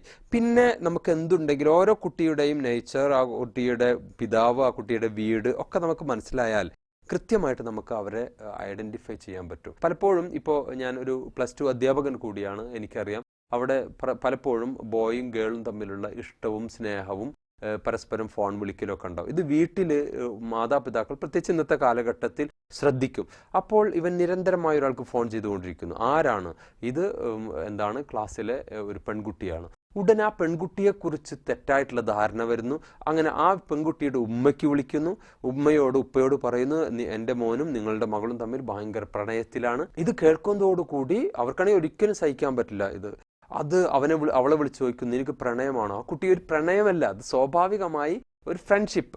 ഞാനതിനെ പ്രോത്സാഹിപ്പിക്കാമെന്ന് നിങ്ങൾ വിചാരിക്കരുത്. ബട്ട് അത് സ്വാഭാവികമാണ്. ക്ലാസ്സിൽ ഉണ്ടാകുമ്പോൾ ചിലപ്പോൾ അത് ഇഷ്ടമായിരിക്കാം, പക്ഷെ അതിനെ നമ്മൾ സ്നേഹപൂർവ്വം അതിൽ നിന്ന് പിന്തിരിപ്പിക്കാനല്ലാതെ നമ്മൾ ഒരിക്കലും ഇങ്ങനെ കുളം കലക്കി മീൻ പിടിക്കുന്ന രൂപത്തിൽ ഈ വിഷയത്തെ കൈകാര്യം ചെയ്യാന്ന് ഒരിക്കലും നിങ്ങൾ വിചാരിക്കരുത്. സ്നേഹത്തോടു കൂടി അവർ രണ്ടുപേരെ ഉപദേശിക്കുകയല്ലാതെ അവർക്ക് സപ്പോർട്ട് കൊടുക്കുക. മക്കളെ, നിങ്ങൾക്ക് പരസ്പരം സ്നേഹമാകാം, പരസ്പരം നിങ്ങൾക്ക് ഫോൺ വിളിക്കാം, ഒന്നും തെറ്റല്ല. പക്ഷേ ഒരിക്കലും ഒന്നും മറ്റുള്ളവരറിഞ്ഞാലുള്ള കുഴപ്പം, രണ്ടാമത്തത് രണ്ടുപേരുടെയും ഭാവി, മറ്റൊന്ന് പഠനം. അതുകൊണ്ട് അതൊരു പരിധി ലംഘിക്കാതിരിക്കാൻ ശ്രദ്ധിക്കണമെന്ന് സ്നേഹപൂർവ്വം നിങ്ങൾ പറഞ്ഞു നോക്കൂ. ഒപ്പം നിങ്ങളുടെ പ്രാർത്ഥന വളരെ പ്രധാനമാണ്. നമ്മുടെ മക്കൾക്ക് വേണ്ടി എപ്പോഴും നമ്മൾ പ്രാർത്ഥിച്ചു കൊണ്ടിരിക്കുക. അപ്പോൾ ഈ ഘട്ടം എന്ന് പറയുന്നത് ഈ ഒരു ഒറ്റപ്പെടലിൻ്റെ ഘട്ടമാണ്. അപ്പോൾ ഇവർക്ക് ആശ്വാസം എന്ന് പറയുന്നത് ഇത്തരം സ്നേഹബന്ധങ്ങളാണ്. അതുപോലെ തന്നെ ചിലപ്പോൾ ചിലർ ആശ്വാസം മദ്യത്തിലായിരിക്കും, വേറെ ചിലർക്ക് ആശ്വാസം സിനിമയിലായിരിക്കും, വേറെ ചിലർക്ക് ആശ്വാസം വേറെ പലതിലായിരിക്കും. അവരുടെ ഈ കംഫർട്ട് സോണിനെ ബ്രേക്ക് ചെയ്യേണ്ടത് പെട്ടെന്നായിരിക്കരുത്. അത് നമ്മൾ തിരിച്ചറിയാൻ വേണ്ടി ശ്രമിക്കുക എന്നുള്ളതാണ്. ടു സെൻസിറ്റീവ് പീരീഡ് എന്നാണ് ഈ പീരീഡിനെ പറയുക. വികാരങ്ങളുടെ കാലം, വിവേകത്തിൻ്റെ കാലമല്ല. വികാരത്തിനടിപ്പെടുന്ന കാലഘട്ടമാണ് ഈ കാലഘട്ടം. ഈ വികാരത്തിനടിപ്പെടുന്ന കാലഘട്ടത്തിൽ net, computer, Facebook, Twitter, WhatsApp ഇതിനോടൊക്കെ വല്ലാത്തൊരു ക്രേസ് ആയിരിക്കും. ഒരു മാതാവ് കഴിഞ്ഞ ദിവസം എന്നോട് പറഞ്ഞ ഒരു കാര്യം, ഇവൻ എൻ്റെ മൊബൈൽ വാങ്ങിച്ചു, ആ മൊബൈലിൽ ഇവൻ നെറ്റ് കയറ്റിയപ്പോൾ ഞാൻ ചോദിച്ചു എന്തിനാന്ന് ചോദിച്ചപ്പോൾ ഫോൺ വിളിക്കാനാണെന്ന് പറഞ്ഞത്. എന്നിട്ട് ഞാൻ അറിയാതെ അതിൽ ഫേസ്ബുക്കും ഇതൊക്കെ. ആ ഉമ്മ ഇവനെ നിർത്തിയിട്ട് ഉമ്മ ഈ കുട്ടിയുടെ ക്ലാസ് ടീച്ചറോട് വിവരിക്കുകയാണ്, ഇവന് ഞാൻ എങ്ങനെ വിശ്വസിക്കും, ഇവൻ എൻ്റെ മൊബൈലിൽ നെറ്റ് കയറ്റി. അപ്പോൾ ഞാൻ ഉള്ളാലെ പറഞ്ഞു, അൽഹംദുലില്ലാ ഉമ്മയുടെ മൊബൈലിലല്ലേ, അപ്പുറത്തെ വീട്ടിൽ നിന്ന് മോഷ്ടിച്ചു കൊണ്ടുവന്നിട്ട് ഇവൻ ചെയ്യാലോ അത്. അപ്പോൾ അൽഹംദുലില്ലാ അവൻ അങ്ങനെയല്ലേ ചെയ്തുള്ളൂ. അതിനെ ഡീൽ ചെയ്യുന്ന രൂപത്തിലല്ല ഡീൽ ചെയ്യുന്നത്. ഇതിങ്ങനെ പരസ്യപ്പെടുത്തി അങ്ങനെ ശാസിച്ചത് കൊണ്ട് കുട്ടി സംഭവിക്കുക ഉമ്മയുടെ ശത്രുതയാണ് ഉണ്ടാവുക. എൻ്റെ ഉമ്മ എൻ്റെ ശത്രുവാണ്, എന്നെ ഇൻസൾട്ട് ചെയ്തു, എന്നെ മറ്റുള്ളവരുടെ മുമ്പിൽ കൊച്ചാക്കി. ആ ടീച്ചറും ആ അർത്ഥത്തിലാണ് പ്രതികരിക്കുന്നത്. ഇങ്ങനെ ഒരുപാട് പ്രതിസന്ധികൾ ഈ കാലഘട്ടത്തിലുണ്ടാകും. അങ്ങേയറ്റം സൂക്ഷ്മതയോടുകൂടി ഇവരെ ഈ സെൻസിറ്റീവ് പീരീഡിൽ അങ്ങേയറ്റം ശ്രദ്ധിച്ചിട്ടില്ലെങ്കിൽ ഉണ്ടാകുന്ന ദുരന്തം ഞാൻ നിങ്ങൾക്ക് ഒരു വാചകം വായിച്ചു തരാം. തുറന്നു സംസാരിക്കാൻ അവസരമില്ലാതാകുമ്പോൾ സംഘർഷത്തിന്റെ കാർമേഘം മനസ്സിൽ ഉരുണ്ടുകൂടും. ഈ കുട്ടിയുടെ ചെറിയ കാറ്റുമതി ഇടിവെട്ടിപ്പെയ്യാൻ, പിന്നെ ഒലിച്ചു പോകുന്നത് ഒരു കുടുംബത്തിന്റെ മൊത്തം സ്വാസ്ഥ്യമായിരിക്കും. വളരെ ശ്രദ്ധിക്കുക. തുറന്നു സംസാരിക്കാൻ, കമ്മ്യൂണിക്കേഷൻ, ഉപ്പയും ഉമ്മയുമായി തുറന്നു സംസാരിക്കാനുള്ള അവസരമില്ലാതാകുമ്പോൾ സംഘർഷത്തിന്റെ കാർമേഘം മനസ്സിലുരുണ്ടുകൂടും. ചെറിയ കാറ്റുമതി ഇടിവെട്ടിപ്പെയ്യാൻ, പിന്നെ ഒലിച്ചു പോകുന്നത് ഒരു കുടുംബത്തിന്റെ മൊത്തം സ്വാസ്ഥ്യമായിരിക്കും എന്ന യാഥാർത്ഥ്യം നമ്മൾ തിരിച്ചറിയേണ്ടതുണ്ട്. ഈ ഒരു ഘട്ടത്തിൽ US മനോരോഗ വിദഗ്ധർ ഈ ഘട്ടത്തെ ടീൻ ഏജിനെ സ്ക്രീൻ ഏജ് എന്നാണ് വിളിച്ചിട്ടുള്ളത്.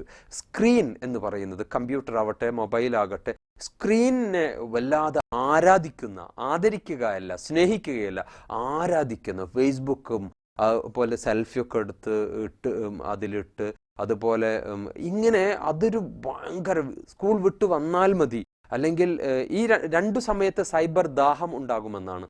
ഒന്ന് ഉറങ്ങാൻ കിടക്കുമ്പോൾ ഉണ്ടാകുന്ന ഒരു ദാഹമാണ്. അത് അവസാനമായിട്ട് ഇനി നേരം വെളുത്ത് ജീവനില്ലെങ്കിലോ ഇത് ഓൺ ചെയ്യാൻ പറ്റില്ലല്ലോ. അങ്ങനെയൊക്കെ വല്ലാത്തൊരു അഡിക്ഷൻ അതിനോടുണ്ടാവും.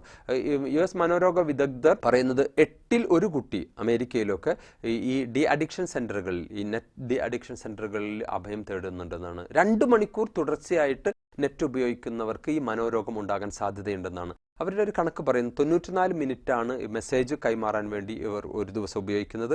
49 മിനിറ്റ് ഇമെയിൽ ചെക്ക് ചെയ്യാൻ വേണ്ടി ഉപയോഗിക്കുന്നുണ്ട്. 40 മിനിറ്റ് ഫേസ്ബുക്കിൽ ചിലവഴിക്കുന്നുണ്ട്. 35 മിനിറ്റ് ഇൻ്റർനെറ്റിൽ ഉപയോഗിക്കുന്നുണ്ട്. പിന്നെ വാട്സപ്പ് അതിനും ഉപയോഗിക്കുന്നുണ്ട്.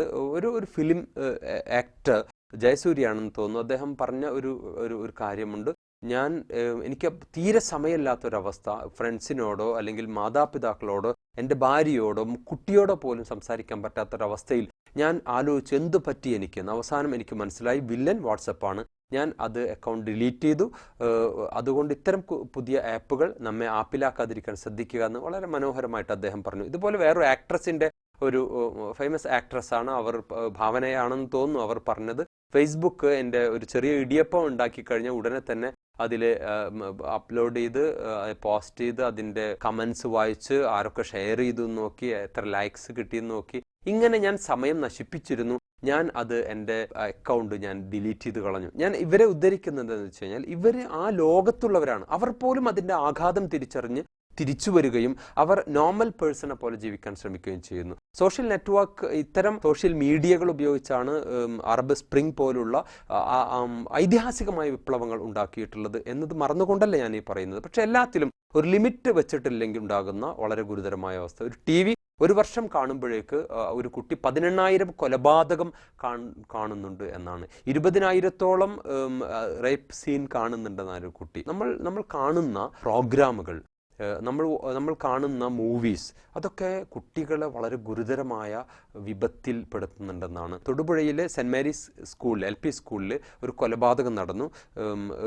UKG പഠിക്കുന്ന കുട്ടിയാണ് കൊന്നത്. ആ കുട്ടിയെ കൊന്ന കൊലയാളിയെ പിടിച്ചപ്പോൾ ആ കുട്ടി 4ാം ക്ലാസ്സിലാണ് പഠിക്കുന്നത് എന്ന് നിങ്ങൾ തിരിച്ചറിയുക. കുമളി ആനവിലാസം മേപ്പാറ കോളനിയിലെ 4.5 വയസ്സുള്ള ഒരു പെൺകുട്ടി കുറ്റിക്കാട്ടിൽ കൊല്ലപ്പെട്ട് കിടക്കുന്നു. പ്രതി 13 വയസ്സുള്ള കൗമാരക്കാരനായിരുന്നു. 10ാം ക്ലാസ് വിദ്യാർത്ഥിയെ സഹപാഠി കുത്തിക്കൊന്നു. അങ്ങനെ അവനെ പിടിച്ചപ്പോൾ ഇംഗ്ലീഷ് ചാനലിലെ റാംബോ ഫിലിംസിന്റെ ആരാധകനായിരുന്നു ഈ കുട്ടി എന്ന് പിന്നീട് അറിയാൻ കഴിഞ്ഞു. അപ്പോൾ music we hear, performance we watch subconsciously influences, നമ്മെ അങ്ങേയറ്റം സ്വാധീനിക്കുന്നുണ്ട്. അപ്പം നമ്മുടെ മക്കൾ കേൾക്കുന്ന സോങ്സ്, മക്കൾ കാണുന്ന മൂവീസ്, നമ്മുടെ മക്കളുടെ കയ്യിലുള്ള കമ്പ്യൂട്ടർ, ഈ ഗെയിംസ് ഉണ്ടല്ലോ, അത് GTA വോയ്സ് സിറ്റി അടക്കമുള്ള ഒരുപാട് ഗെയിംസ്, അത് ക്രിമിനലിസമാണ് അതിൽ യഥാർത്ഥത്തിൽ ഉണ്ടാകുന്നത്. ഇവരാണ് ഹാക്കിങ്ങിൻ്റെയും സൈബർ ക്രിമിനലുകളുടെയും ഒക്കെ ലോകത്തേക്ക് നീങ്ങുന്നത്. അതുകൊണ്ട് വളരെയധികം ശ്രദ്ധിക്കേണ്ട, കൊടുക്കാം കുട്ടികൾക്ക്, പക്ഷേ ഒരു കൺട്രോൾ മാതാപിതാക്കൾക്ക് ഈ വിഷയത്തിൽ ഇല്ലെങ്കിൽ ഉണ്ടാകുന്ന ഗുരുതരമായ ഒരു പ്രശ്നം നമുക്ക് ഒരിക്കലും കുടുംബത്തിന് മൊത്തം സ്വാസ്ഥ്യം തകർക്കുന്നതായിരിക്കും. വളരെയധികം ആർഗ്യുമെന്റ്സ് ആണ് ഈ സമയത്ത് മറ്റൊരു പ്രത്യേകത. ധാരാളമായി ആർഗ്യൂ ചെയ്യും, തർക്കിക്കും. നമ്മുടെ മാതാവിനെയും പിതാവിനെയും ഫ്രണ്ട്സിനെ പോലെ കാണും, മാതാവിനെയും പിതാവിനെയും അപ്പുറത്തെ വീട്ടിലെ നാട്ടുകാരനെ പോലെ കാണും. എടാ പോട സ്റ്റൈലിലൊക്കെ ആയിരിക്കും ഇവർ പ്രതികരിക്കുക.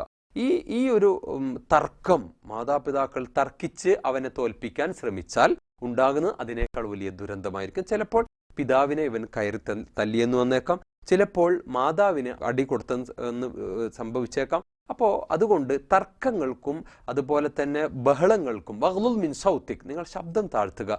ഇന്ന അൻകറൽ അസ്വാത്തില സൗത്തുൽ ഹമീർ, ഏറ്റവും മോശം ശബ്ദം കഴുതയുടേതാണ് എന്ന് വിശുദ്ധ ഖുർആൻ പറയുന്നുണ്ട്.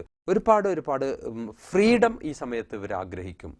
ആരും എന്നെ അമിതമായിട്ട് കൺട്രോൾ ചെയ്യരുത്. അപ്പോൾ അതുകൊണ്ട് അമിതമാകരുത്, കൺട്രോൾ ആകാം, പക്ഷെ അമിതമാകാതിരിക്കാൻ ശ്രദ്ധിക്കുക. അഡ്വൈസും അമിതമാകാതിരിക്കാൻ ശ്രദ്ധിക്കേണ്ടതുണ്ട്. ഉപദേശമാകാം, പക്ഷെ ഉപദേശം ഓവറായി കഴിഞ്ഞാൽ അത് മാത്രം മതി കുട്ടികൾ തകരാൻ. 230 മില്യൺ കൗമാരക്കാർ ഇന്ത്യയിലുണ്ടെന്നാണ് കണക്ക്. 10ാം പഞ്ചവത്സര പദ്ധതിയോടനുബന്ധിച്ച് പുറത്തുവിട്ട ഒരു report of the working group on അഡോളസൻസിൽ പറയുന്നത്, ഈ വിഭാഗത്തെ നോക്കിയാൽ, ഈ അഡോളസൻസ് പീരീഡിലുള്ള 230 മില്യൺ വരുന്ന ഈ കുട്ടികളെ നോക്കിയാൽ ഇന്ത്യ ഇന്ന് കാണുന്ന വികസനത്തിന്റെ 10 ഇരട്ടി വളരും എന്നാണ്. കാരണം ഇവർ നാളെയുടെ പ്രധാനമന്ത്രിമാരും നാളെയുടെ മന്ത്രിമാരും ഒക്കെ ആകേണ്ടവരാണ് എന്ന യാഥാർത്ഥ്യം നമ്മൾ തിരിച്ചറിയേണ്ടതുണ്ട്.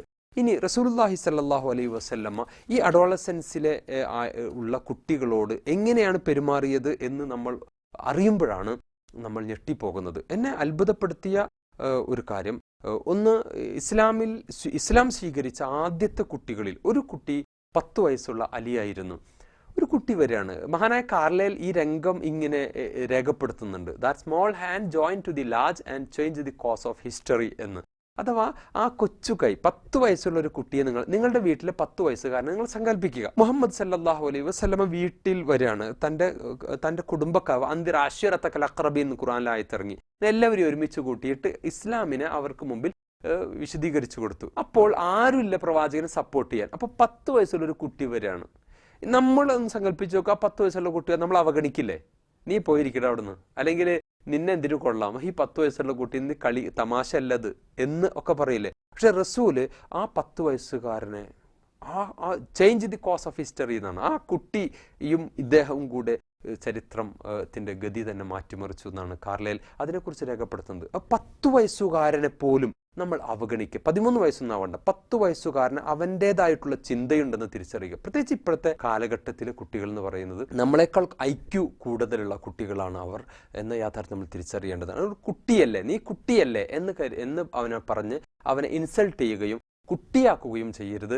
അവർക്കും അവരുടേതായിട്ടുള്ള ചിന്തകളുണ്ട്. അതാണ് കമ്മ്യൂണിക്കേഷനെ കുറിച്ച് പറഞ്ഞത്. അപ്പോൾ തുറന്ന് സംസാരിക്കാൻ അവർക്ക് അവസരം ഉണ്ടാകേണ്ടതുണ്ട്. അവരെ ആർത്ഥത്തിൽ പ്രോത്സാഹിപ്പിക്കേണ്ടതുണ്ട്. അവരുടെ കയ്യിൽ ചിലപ്പോഴൊക്കെ പൈസ മാതാവും പിതാവും കൊടുക്കേണ്ടതുണ്ട്. അവൻ വീട്ടിൻ്റെ കാവൽക്കാരനാണ് എന്ന് അവനെ ബോധ്യപ്പെടുത്തേണ്ടതുണ്ട്. നീയാണ് വീട് ഭരിക്കുന്നത് എന്ന് അവളോട് പറയേണ്ടതുണ്ട്. അങ്ങനെ അവർക്കൊക്കെ അക്രിമു ഔലാദക്കും റസൂൽ പറഞ്ഞില്ലേ സഹോദരങ്ങളെ, നിങ്ങൾ നിങ്ങളുടെ മക്കളെ റെസ്പെക്റ്റ് ചെയ്യുമെന്ന്. മക്കളെ നമ്മൾ എപ്പോഴും റെസ്പെക്റ്റ് ചെയ്യണം. മക്കളിങ്ങനെ ഇൻസൾട്ട് ചെയ്തുകൊണ്ടിരിക്കുക, ഞങ്ങൾ ഇവിടുത്തെ രാജാക്കന്മാർ, നിങ്ങളൊക്കെ ഞങ്ങളുടെ അടിമകൾ, ഈ ഒരു അർത്ഥത്തിലുള്ള കാഴ്ചപ്പാടും ഈ ഒരർത്ഥത്തിലുള്ള പ്രതികരണവും ഈ ഒരർത്ഥത്തിലുള്ള ആറ്റിറ്റ്യൂഡ് ഒരിക്കലും ഉണ്ടാകാൻ പാടില്ല. സകല മാതാപിതാക്കളും പറയുന്ന വളരെ പ്രധാനപ്പെട്ട കാര്യം എൻ്റെ കുട്ടി നിസ്കരിക്കണില്ല എന്നുള്ളതാണ്. നിസ്കരിക്കുന്നില്ല എന്നത് നിങ്ങൾ അമിതമായൊരു ടെൻഷനാക്കി എടുക്കാതിരിക്കുക. ഒരു വക്ത് അവൻ നിസ്കരിക്കുന്നുണ്ടെങ്കിൽ അൽഹംദുലില്ലാ എന്ന് പറയാം. വെള്ളിയാഴ്ച അവൻ പള്ളിയിൽ പോകുന്നുണ്ടെങ്കിൽ അൽഹംദുലില്ലാ എന്ന് പറയാം. അതെങ്കിലും ഉണ്ടല്ലോ അവന്. ഇൻഷാ അല്ലാ ഇന്നല്ലെങ്കിൽ നാളെ അത് മാറും. അതുകൊണ്ട് നമസ്കാരം എന്നത് അവന് ബോധ്യമുണ്ടേ. ഇസ്ലാം 13 വർഷം നിസ്കരിക്കാൻ പറഞ്ഞില്ലല്ലോ. മക്കയിൽ 13 വർഷം റസൂൽ ഒരു ആരാധനയും പഠിപ്പിച്ചില്ല. എന്തുകൊണ്ട് അബൂബക്കറിനോട് ഉമറിനോട് ഉസ്മാനോടൊന്നും നിസ്കരിക്കാൻ പറഞ്ഞില്ല? കാരണം അതിനുള്ള സമയമായിട്ടില്ല. പിന്നീട് മദീനയിലേക്ക് പോകുന്ന ആ ഹിജ്റയുടെ ആ ഒരു അവസാനം അല്ലെങ്കിൽ അതിൻ്റെ ആ ഒരു ബിഗിനിങ് സ്റ്റേജിലാണ് നമസ്കാരമാകട്ടെ നോമ്പാകട്ടെ ഹജ്ജൊക്കെ പിന്നീടാണ് നിർബന്ധമാക്കുന്നത്. അപ്പം ആദ്യം തന്നെ നമസ്കരിക്കുക എന്നതൊരു ഗുരുതരമായൊരു പ്രശ്നം ആക്കരുത്. അത് സ്നേഹപൂർവം അവരെ ബോധ്യപ്പെടുത്തി അവരുടെ ഹൃദയത്തിലേക്ക് അത് ഇറങ്ങി നിരന്തരമായി വളരെ ശ്രദ്ധിക്കേണ്ട. നമസ്കാരത്തെക്കുറിച്ച് പറയുമ്പോൾ വൽരിബൂഹും അലൈഹ എന്ന് റസൂല് പറഞ്ഞിട്ടുണ്ട് എന്നാണ് പലരും പറയുന്നത്. കുട്ടിയെ അടിക്കുക. നബി ഈ ഒരു പ്രസ്താവന നിങ്ങൾ വളരെ ശ്രദ്ധിക്കണം. മാ ലറബ റസൂലുള്ളാഹി സ്വല്ലല്ലാഹു അലൈഹി വസല്ലമ അഹദൻ, ജീവിതത്തിൽ ഒരിക്കലും ഒരാളെയും റസൂൽ അടിച്ചിട്ടില്ല. ഈ ഹദീസ് ശിഹാബ് സിത്തയിലും കാണാൻ സാധിക്കും. ജീവിതത്തിൽ ഒരാളെയും അടിച്ചിട്ടില്ല. പിന്നെ പ്രവാചകൻ വൽരിബൂഹും അലൈഹ, നിങ്ങൾ അടിക്കുക എന്ന് പറഞ്ഞാൽ അതിൽ വൈരുദ്ധ്യമില്ലേ? പ്രവാചകൻ അടിക്കാൻ പറഞ്ഞിട്ടുണ്ട്, പക്ഷെ അതിനു മുമ്പ് ചിലത് പറഞ്ഞിട്ടുണ്ട്. മുറു ഔലാദക്കും ബിസ്സലാ വഹും അബ്നാഉ സബ്അ സിനീൻ, 7 വയസ്സ് മുതൽ 10 വയസ്സ് വരെ 3 വർഷം നിങ്ങൾ നിരന്തരമായി അവന് ഉപദേശിക്കണം, അവനോട് കൽപ്പിക്കണം, അടിക്കാൻ പാടില്ല. അങ്ങനെ ഓരോ 5 വക്ത് ളുഹർ അസ്ർ മഗ്രിബ് ഇശാ ഡെയിലി പറഞ്ഞു. പിറ്റേ ദിവസം 365 ദിവസം കഴിഞ്ഞു, അടുത്ത 365 ദിവസം കഴിഞ്ഞു, മൂന്നാമത്തെ 365 ദിവസം കഴിഞ്ഞു. ഇങ്ങനെ പറഞ്ഞവർക്ക് മാത്രമേ വൽരിബൂഹും അലൈഹ, ഇനി വേണമെങ്കിൽ നിങ്ങൾ അടിച്ചോ, ഇനി നിസ്കരിച്ചില്ലെങ്കിൽ അടിച്ചോ എന്നുള്ള അർത്ഥത്തിലാണ് പറഞ്ഞത്. അടിക്കണം എന്ന അർത്ഥത്തിലല്ല. അത് അടിക്കേണ്ടി വരില്ല, കാരണം കുട്ടി അത് പ്രാക്ടീസ് ചെയ്തിരിക്കും. അതുകൊണ്ട് ഉപദേശം എപ്പോഴും സൗണ്ട് കുറച്ചിട്ടായിരിക്കണം. ഉപദേശം ഒരിക്കലും ബഹളം വെച്ചുകൊണ്ടായിരിക്കരുത്. നമ്മുടെ മക്കളെ പലപ്പോഴും മാതാപിതാക്കൾ ഉപദേശിക്കുന്നുണ്ട്. നിങ്ങൾ കണ്ണൊക്കെ ചുവന്ന് അധരങ്ങൾ വിറച്ച് ഇങ്ങനെ എന്തുപദേശം, ഇതിനുപദേശം എന്നാ പറയാ? ഇതിനുപദേശം എന്ന് പറയില്ലല്ലോ. ഉപദേശിക്കുമ്പോൾ ഒച്ചയിൽ ഉപദേശിക്കും. നിനക്കൊന്നും മെല്ലെ പറഞ്ഞുകൂടെ എന്ന് ഉറക്കെയാണ് ഉമ്മ ഉപദേശിക്കുന്നത്. മോളെ നീ ഒന്നും മെല്ലെ പറയൂ എന്ന് സോഫ്റ്റായിട്ട് പറയേണ്ടതിന് പകരം ഒന്നും ശബ്ദം കുറക്കണേ നീ എന്ന രൂപത്തിൽ ആക്ഷേപിക്കുന്ന അതുപോലെ ചില മാതാപിതാക്കൾ പറയും, ഞാൻ അവനെ നന്നായി ചീത്ത പറഞ്ഞു എന്ന്. ചീത്ത പറയരുത് എന്ന് പഠിപ്പിക്കേണ്ട മാതാപിതാക്കൾ തന്നെ ചീത്ത പറഞ്ഞു എന്ന് പറയുന്നത് വളരെ അധികം വിരോധാഭാസമാണ് എന്ന് തിരിച്ചറിയേണ്ടതുണ്ട്. അപ്പോൾ ഈ ഘട്ടം നമ്മൾ ശ്രദ്ധിക്കുക. ഇസ്ലാം സ്വീകരിച്ച ആദ്യത്തെ കുട്ടി 10 വയസ്സേ ഉണ്ടായിരുന്നുള്ളൂ. മറ്റൊന്ന് സുബൈറാണ്. ആ കുട്ടി ഇസ്ലാം സ്വീകരിച്ചത് 15 വയസ്സിലാണ്. ത്വൽഹ ഇസ്ലാം സ്വീകരിച്ചത് 16 വയസ്സിലാണ്. സഅദ് ബിനു അബി വക്കാസ് ഇസ്ലാം സ്വീകരിച്ചത് 19 വയസ്സിലാണ്. ഇവരൊക്കെ ടീനേജിൽപ്പെട്ട കുട്ടികളായിരുന്നു. ഇനി ബൈഅത്തു റിദ്വാൻ എന്ന് പറയുന്ന ഉടമ്പടി ഖുർആൻ പരാമർശിച്ച വളരെ ഗൗരവമുള്ള ഒരു ഉടമ്പടിയാണ്. ആ ഉടമ്പടിയിൽ പങ്കെടുത്ത കുട്ടികളിൽ ഒന്ന് അബ്ദുല്ലാഹിബിൻ ഉമറും 2 അബ്ദുല്ലാഹിബിൻ യസീദും 17 വയസ്സുള്ള കുട്ടികളായിരുന്നു. അവർ ഖുർആൻ പരാമർശിച്ചു എന്നർത്ഥം. അവരെ റസൂല് പ്രത്യേകമായി സെലക്ട് ചെയ്തു എന്നർത്ഥം. ഇനി മക്കം ഫത്ഹിനെ ഏറെ അത്ഭുതപ്പെടുത്തിയിട്ടുള്ള ഒരു കാര്യമാണ് മക്കം ഫത്ഹ്. അഥവാ ഹിജ്റ കഴിഞ്ഞു, ഹിജ്റയുടെ 10ാം വർഷം പ്രവാചകൻ മക്കയിലേക്ക് വന്നു, മക്കം ഫത്ഹ് നടന്നു, എന്നിട്ട് തിരിച്ച് വീണ്ടും മദീനയിലേക്ക് റസൂൽ പോവാണ്. അങ്ങനെ പോകുമ്പോൾ മക്ക ഇസ്ലാമിന് കീഴിലായല്ലോ. മക്ക ഭരിക്കണം. മക്കയുടെ രാജാവാക്കിയത്, മക്കയുടെ ഖലീഫയാക്കിയത് അബൂബക്കറിനെയും ഉമറിനെയും ഒന്നും ആയിരുന്നില്ല. 20 വയസ്സുള്ള ഒരു പയ്യനെയാണ് റസൂലുള്ളാഹി സ്വല്ലല്ലാഹു അലൈഹി വസല്ലമ മക്കയിലെ ഖലീഫയാക്കുന്നത്. ഉത്താബ് എന്നാണ് ആ കുട്ടിയുടെ പേര്. വളരെ ശ്രദ്ധിക്കണം. മഹല്ല് പ്രസിഡന്റുമാർ ശ്രദ്ധിക്കണം, മഹല്ല് ഖത്തീബുമാർ ശ്രദ്ധിക്കണം. മഹല്ല് പ്രസിഡന്റൊക്കെ ആയി 20കാരനൊക്കെ വരണം. അല്ലെങ്കിൽ മദ്രസ കമ്മിറ്റി പ്രസിഡന്റായി അവർ വരണം. അതേപോലെ തന്നെ ഗ്രാമപഞ്ചായത്ത് പ്രസിഡന്റ്, അതൊക്കെ പിന്നെ എന്താണ്, അതിന് ചില റൂൾസ് ഒക്കെ ഉണ്ട് അതിൻ്റെ ഏജുമായി ബന്ധപ്പെട്ട്. ഞാൻ പറയുന്നത് 18 വയസ്സ് തികഞ്ഞാൽ അതിനൊക്കെ അവർക്ക് അനുവാദമുണ്ട്, ഭരണഘടന അനുശാസിക്കുന്നുണ്ട്. ഞാൻ പറയുന്നത് 20 വയസ്സുള്ള 19 വയസ്സുള്ള 17 വയസ്സുള്ള കുട്ടികളെ ആർത്ഥത്തിൽ പരിഗണിക്കാൻ സാധിക്കേണ്ടതുണ്ട്. യമനിൽ സക്കാത്ത് പിരിക്കാൻ വേണ്ടി റസൂലുള്ളാഹി സ്വല്ലല്ലാഹു അലൈഹി വസല്ലം അയച്ചത് 17 വയസ്സുള്ള അംർ ഇബ്നു ഹസം എന്ന് പറയുന്ന ഒരു കുട്ടിയെയാണ് എന്ന് തിരിച്ചറിയണം. വളരെ പ്രധാനപ്പെട്ട സക്കാത്ത് എന്ന് പറയുന്നത് നിസ്സാരമായിട്ടുള്ള കാര്യമല്ല. ആ സക്കാത്തിൻ്റെ വിഹിതം, ആ സക്കാത്തിൻ്റെ തോത് ഒക്കെ അറിയുന്ന ഒരാൾ വേണം അത് പിരിക്കാൻ വേണ്ടി. അങ്ങ് അയച്ചത് 17 വയസ്സുള്ള ഒരു കുട്ടിയാണ്. ഇനി അഖബ ഉടമ്പടിയുമായി ബന്ധപ്പെട്ട് മദീനയിലേക്ക് പ്രവാചകന്റെ ഒരു പ്രതിനിധിയെ അയക്കുന്നുണ്ട്. ആ പ്രതിനിധി 17 വയസ്സ് മാത്രമുള്ള മുസ്അബിനെ യാണ് റസൂലുള്ളാഹി സ്വല്ലല്ലാഹു അലൈഹി വസല്ലം അയക്കുന്നത്. വളരെ ഗൗരവമുള്ള ഒരു ഡ്യൂട്ടി ഏൽപ്പിക്കുന്നത് 17 വയസ്സുള്ള ഒരു കുട്ടി ആണെന്ന്. ദാറുൽ അർക്കം പാഠശാല ഇസ്ലാമിക ചരിത്രത്തിൽ 2 പ്രവാചകന്റെ ചരിത്രത്തിലെ ഒന്ന് ദാറുൽ നെദ്വ, ശത്രുക്കളുടെ ഒരു പാഠശാലയായിരുന്നു. മറ്റേത് ദാറുൽ അർക്കം, പ്രവാചകന്റെ ഒരു ഇസ്ലാമിക് യൂണിവേഴ്സിറ്റി എന്നൊക്കെ അതിനെക്കുറിച്ച് ആലങ്കാരികമായി പറയാറുണ്ട്.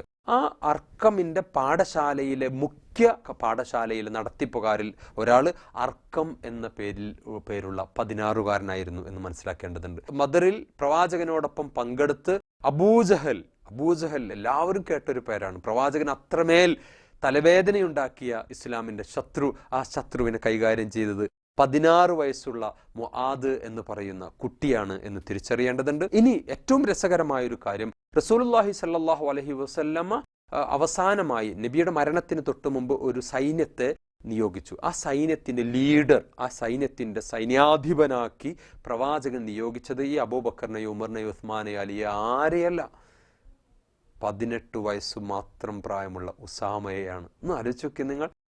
പിന്നെ നബി വഫാത്തായി, അബൂബക്കർ സിദ്ദീഖ് റളിയല്ലാഹു അൻഹു ഖലീഫയായി, ഖിലാഫത്ത് ഏറ്റെടുത്തു. റസൂൽ നിയോഗിച്ച സൈന്യത്തെ ഇനി തുടർന്ന് അയക്കാൻ തീരുമാനിച്ചു. അപ്പോൾ കൂടെയുള്ള ഉമർ അടക്കമുള്ള സഹാബാക്കൾ പറഞ്ഞു, നമുക്ക് ലീഡർ ഒന്ന് മാറ്റാം, പയ്യനെ മാറ്റാന്ന് പറഞ്ഞു. അബൂബക്കർ പറഞ്ഞു, പാടില്ല, റസൂല് നിയോഗിച്ചൊരു, കാരണം ഒരു ഫീലിംഗ് ആണ്, ചെറിയ പയ്യൻ. റസൂൽ ഒരാളെ ക്യാപ്റ്റൻ ആക്കിയിട്ടുണ്ടെങ്കിൽ അയാൾ തന്നെയാണ്. ഉസാമയുടെ പിറകിലായിരുന്നു പിന്നീട് ആ സൈന്യം അണിനിരന്നത് തിരിച്ചറിയേണ്ടതുണ്ട്. അപ്പോൾ ചെറിയ കുട്ടികളെ, ടീനേജിലെ കുട്ടികളെ, കൗമാരത്തിലെ കുട്ടികളെ, അഡോളസൻസ് പീരീഡിലുള്ള കുട്ടികളെ എങ്ങനെയാണ് റസൂലുള്ളാഹി സ്വല്ലല്ലാഹു അലൈഹി വസല്ലം കൈകാര്യം ചെയ്തത് എന്ന് നമ്മൾ തിരിച്ചറിയേണ്ടതുണ്ട്. നജ്റാനിൽ ഖുർആൻ പഠിപ്പിക്കാൻ റസൂലുള്ളാഹി സ്വല്ലല്ലാഹു അലൈഹി വസല്ലം അയച്ചത് അംർ ഇബ്നു ഹസം എന്ന് പറയുന്ന 17കാരനെയാണ്. ഖുർആൻ വിജ്ഞാനകോശം എന്നറിയപ്പെടുന്ന അബ്ദുല്ലാഹിബ്നു അബ്ബാസ് നബി മരിക്കുമ്പോൾ 13 വയസ്സ് മാത്രമേ ഉണ്ടായിരുന്നുള്ളൂ. നബി അങ്ങേറ്റം സ്നേഹിച്ച ഒരു കുട്ടിയായിരുന്നു ആ കുട്ടി. ഇനി ഏറ്റവും രസകരമായ ഒരു കാര്യം ആയിഷ റളിയല്ലാഹു അൻഹയുമായി ബന്ധപ്പെട്ടതാണ്. ആയിഷ റളിയല്ലാഹു അൻഹയുടെ അധിക റിപ്പോർട്ടുകളും ഹദീസ് റിപ്പോർട്ടുകളും ആയിഷ റളിയല്ലാഹു അൻഹ ചെയ്തത് 17 വയസ്സിന് മുമ്പായിരുന്നു. ആയിഷ റളിയല്ലാഹു അൻഹ എന്ന് പറഞ്ഞാൽ നമ്മൾ വായിക്കുന്നുണ്ടല്ലോ, ഈ ഹദീസുകൾ അധികവും ഒരു കൗമാരപ്രായത്തിലുള്ള ഒരു കുമാരി ആണ് ഇതൊക്കെ റിപ്പോർട്ട് ചെയ്ത് നമ്മൾ തിരിച്ചറിയും. ഞാൻ പറയുന്നത് ഈ അർത്ഥത്തിൽ റസൂലുള്ളാഹി സ്വല്ലല്ലാഹു അലൈഹി വസല്ലമ അഡോളസൻസ് പീരീഡിലെ കുട്ടികളെ കൈകാര്യം ചെയ്തിട്ടുണ്ടെങ്കിൽ, നെഹ്റുവിൻ്റെ ഒരു വിഖ്യാതമായ ഒരു കൃതിയുണ്ട്, ഒരു അച്ഛൻ മകൾക്കെഴുതിയ കത്തുകൾ എന്നാണ് ആ പുസ്തകത്തിൻ്റെ പേര്, മനസ്സിൽ ലഭിക്കും. നെഹ്റു അതിൻ്റെ ആമുഖത്തിൽ തന്നെ നെഹ്റു ചില വർത്തമാനങ്ങൾ പറയുന്നുണ്ട്. മകളെ, പ്രകൃതിയെ നിരീക്ഷിക്കുക, പ്രകൃതിയിൽ നിന്ന് നീ നേരിട്ട് കാര്യങ്ങൾ പഠിക്കുക എന്നൊക്കെ പറയുന്ന ചില വർത്തമാനങ്ങളുണ്ട്. പിന്നെ പറയുന്നത് മുഴുവൻ വളരെ ഗൗരവമുള്ള ഒരുപാട് വിഷയങ്ങളാണ്. 10 വയസ്സുള്ളൊരു കുട്ടിയോടാണ് സംസാരിക്കുന്നതെന്ന് നമുക്കതിപ്പോൾ വായിച്ച് മനസ്സിലാക്കാൻ സാധിക്കില്ല. കത്തെഴുതുന്ന സ്വഭാവം മാതാപിതാ, എൻ്റെ ഭാര്യ എപ്പോഴും എന്നോട് പറയാറുണ്ട്, അവൾക്ക് ഉപ്പ അയച്ചു കൊടുത്ത കത്തുകൾ, അവളുടെ അനുജത്തിക്ക് ജ്യേഷ്ഠത്തിക്ക് പിതാവ് അയച്ചു കൊടുത്ത കത്തുകൾ ഇന്നും അവർ നിധി പോലെ സൂക്ഷിക്കുകയാണ്. കത്തുകൾ, ഫോൺ വിളി എന്നൊക്കെ പറയുന്ന ഒരു യാന്ത്രികതയാണ്, അത് നശിച്ചു പോകും. നിങ്ങൾ കത്തെഴുതുക, പ്രത്യേകിച്ച് ഗൾഫിലുള്ള ഉപ്പമാർ മക്കൾക്ക് കത്തെഴുതുക സ്നേഹത്തോടു കൂടി. അത് ഇടയ്ക്കിടെ വായിക്കുമ്പോൾ, വിശുദ്ധ ഖുർആൻ അങ്ങനെയാണ്, വായിക്കാൻ പറയുമ്പോൾ അത് നമ്മുടെ മനസ്സിന് വീണ്ടും വീണ്ടും ഒരു ഉപ്പയുടെ മകൾക്കുള്ള വർത്തമാനങ്ങൾ, കത്തുകൾ, അത് നിസ്സാരമായിട്ട് കരുതരുത്. ഒരു ഉപ്പയുടെ മകനുള്ള കത്തുകൾ നിസ്സാരമായിട്ട് കരുതരുത്. നിങ്ങൾ നാട്ടിലാണെങ്കിൽ പോലും ഒരു പ്രശ്നമുണ്ടായി, ആ പ്രശ്നമുണ്ടായാൽ ആ പ്രശ്നത്തെക്കുറിച്ച് കുട്ടിക്ക് കത്തെഴുതുക. പ്രിയപ്പെട്ട എൻ്റെ പൊന്നുമോൻ മനസ്സിലാക്കണം, നിന്റെ ഉപ്പയുടെ ദുഃഖം മനസ്സിലാക്കണം. അത് തുറന്ന് പറയുമ്പോൾ പക്ഷെ അവൻ ഒറ്റയ്ക്കിരുന്ന് കരയുന്നത് നിങ്ങൾക്ക് കാണാൻ സാധിക്കും. തീർച്ചയായും അവൻ കരയും. എൻ്റെ ഉപ്പ ഇത്രമേൽ എന്നെ സ്നേഹിക്കുന്നുണ്ടോ എന്ന് അവൻ തിരിച്ചറിയും. നമ്മൾ വളരെ ഗൗരവത്തിൽ നമ്മൾ ആ വിഷയം ചിന്തിക്കേണ്ടതുണ്ട്. ഈ പ്രായത്തിൻ്റെ ഒരു പ്രശ്നം കൊണ്ടുള്ള ചില പ്രയാസങ്ങൾക്കപ്പുറം ആ കുട്ടികൾ ഇൻഷാ അല്ലാഹ് ഇന്നല്ലെങ്കിൽ നാളെ വളരെ നമുക്ക് ഉപകാരം ചെയ്യുന്ന കുട്ടികളായി മാറുമെന്ന് തിരിച്ചറിയണം. മിസ്സിസ് തോംസൺ ഡോക്ടർ ടെഡി സ്റ്റെല്ലാർഡിൻ്റെ ഒരു കഥ പറയുന്നുണ്ട്. അതിൽ മിസ്സിസ് തോംസൺ എന്ന് അമേരിക്കയിലാണ് അത് നടക്കുന്നത്. ഒരു ക്ലാസ്സിലേക്ക് 3ാം ക്ലാസ്സിലേക്ക് വരികയാണ്. അപ്പോൾ ഒരു കുട്ടി ഏറ്റവും അവസാനത്തെ ബെഞ്ചിൽ ഇരിക്കുന്നുണ്ട്, മുടിയൊന്നും ഈരാതെ മുഷിഞ്ഞ വസ്ത്രം ധരിച്ച്. അങ്ങനെ ആ കുട്ടിയെ ഈ മിസ്സിസ് തോംസൺ കൈകാര്യം ചെയ്യുകയാണ്, ആ കുട്ടിയെക്കുറിച്ച് പഠിക്കുകയാണ്. ആ കുട്ടിയുടെ അമ്മ നന്നായി ബ്രൈറ്റ് സ്റ്റുഡൻ്റ് ആയിരുന്നു. 1ാം ക്ലാസ്സിലെ ക്ലാസ്സിന് ശേഷം ആ കുട്ടിക്ക് ഒരുപാട് മാർക്ക് ലഭിച്ചു. അതിനും ടീച്ചേഴ്സ് അപ്രീഷിയേറ്റ് ചെയ്തതിൻ്റെ രേഖകളൊക്കെ പരിശോധിച്ചു. സെക്കൻഡിലേക്ക് വന്നപ്പോൾ 2ാം ക്ലാസ്സിലേക്ക് വന്നപ്പോൾ കുട്ടിയുടെ അമ്മ മരിക്കുന്നു. അങ്ങനെ ആരാരുമില്ലാത്തൊരവസ്ഥയിലാണ് കുഞ്ഞ് ഈ പഠനത്തിൽ പിറകോട്ട് പോയത് എന്ന റൂട്ട് കോസ് കണ്ടെത്തുന്നു. അങ്ങനെ ഈ കുട്ടിയെ ഞാനാണ് നിന്റെ അമ്മ എന്ന രൂപത്തിൽ ബോധ്യപ്പെടുത്തുന്നു. അങ്ങനെ ഈ കുട്ടി പഠിക്കുന്നു, വളരുന്നു, അവസാനം ഡോക്ടറാകുന്നു. അങ്ങനെ വളരെ മനോഹരമായിട്ടുള്ള ഒരു സംഭവ കഥയാണ് മിസ്സിസ് തോംസൺ ഡോക്ടർ ടെഡി സ്റ്റെല്ലാർഡ് തമ്മിലുള്ള ഈ സംഭാഷണത്തിൻ്റെ അല്ലെങ്കിൽ സംഭവത്തിൻ്റെ ആ ഒരു പശ്ചാത്തലം. അതിൽ മിസ്സിസ് തോംസണോട് ഡോക്ടർ പറയുന്നൊരു കാര്യമുണ്ട്, thank you for believing in me, thank you for believing in me, എന്നെ വിശ്വസിച്ചതിന് നന്ദി. പലപ്പോഴും നമ്മുടെ മക്കളോട് നമുക്ക് വിശ്വാസമില്ല. നിന്നെക്കുറിച്ചൊന്നേ എനിക്ക് ഒരു പ്രതീക്ഷയുമില്ല. ഇത് ഉപ്പ 100 തവണ പറഞ്ഞിട്ടുണ്ടാവും. നിന്നെക്കുറിച്ചൊന്നും ഒരു പ്രതീക്ഷയും എനിക്കില്ല എന്ന് ഉമ്മ 100 തവണ മക്കളോട് പറഞ്ഞിട്ടുണ്ടാവും. പിന്നെ ആ കുട്ടി എങ്ങനെയാണ് രക്ഷപ്പെടുക?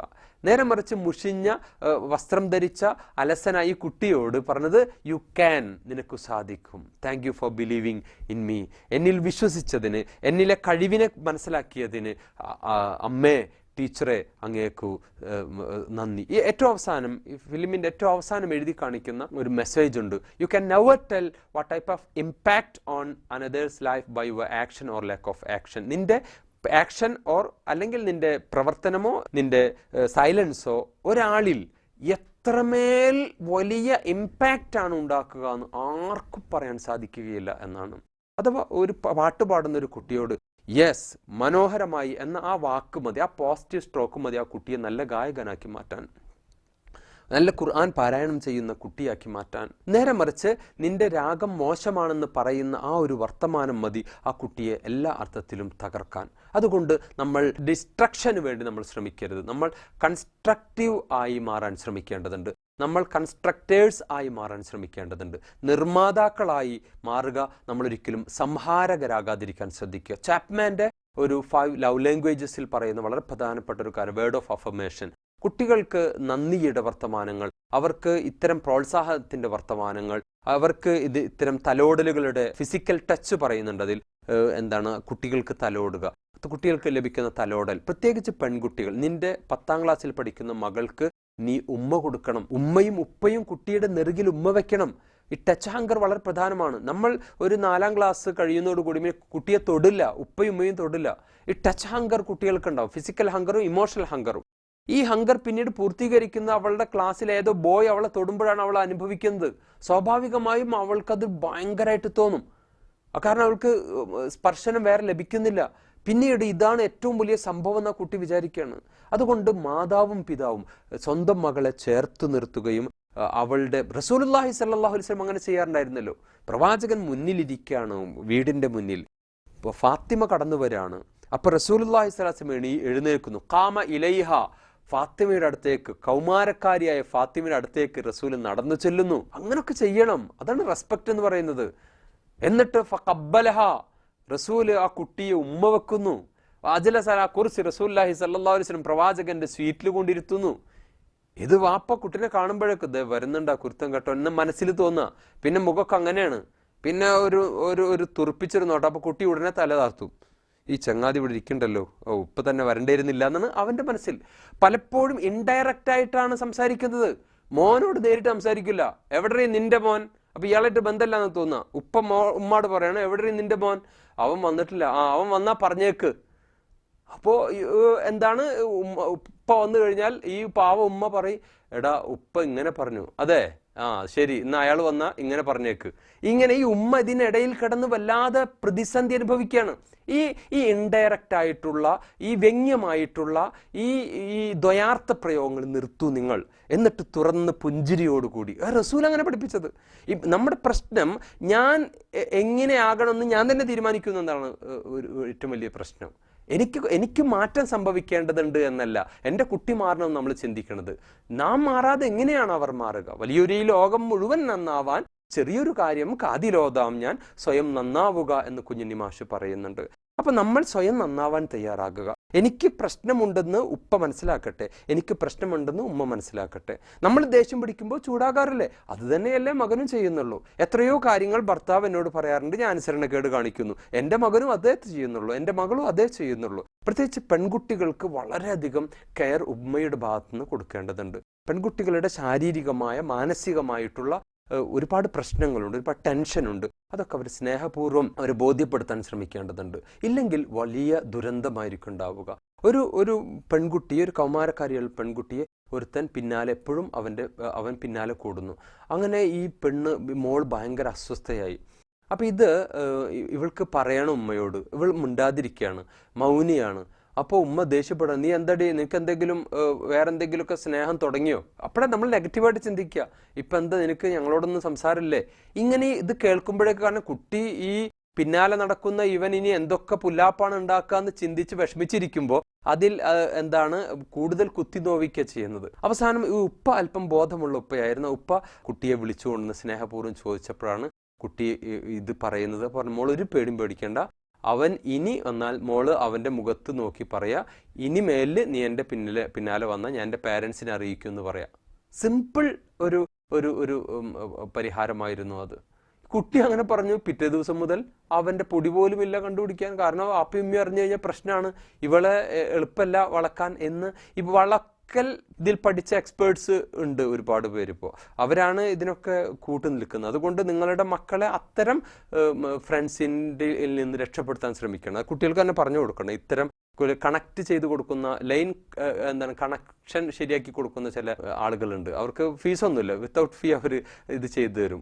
ഇങ്ങനെ നിനക്കൊരു കണക്ഷൻ വേണ്ടേ, ഞാൻ ചെയ്തു തരാം, അത് അവർ മതിയോ, അങ്ങനെ സെലക്ഷൻ ഇവരാണ് ചെയ്യുക. അത് മതി, വെരി ഗുഡ്, നീ പോയിക്കോളൂ, നീ ബാക്കി ഞാൻ ഏറ്റു. ഇങ്ങനെയൊക്കെയുള്ള ആളുകൾ, കുട്ടികൾ, ഇതൊക്കെ കുട്ടികളുടെ ഒരു പ്രകൃതിയായത് മനസ്സിലാക്കണം.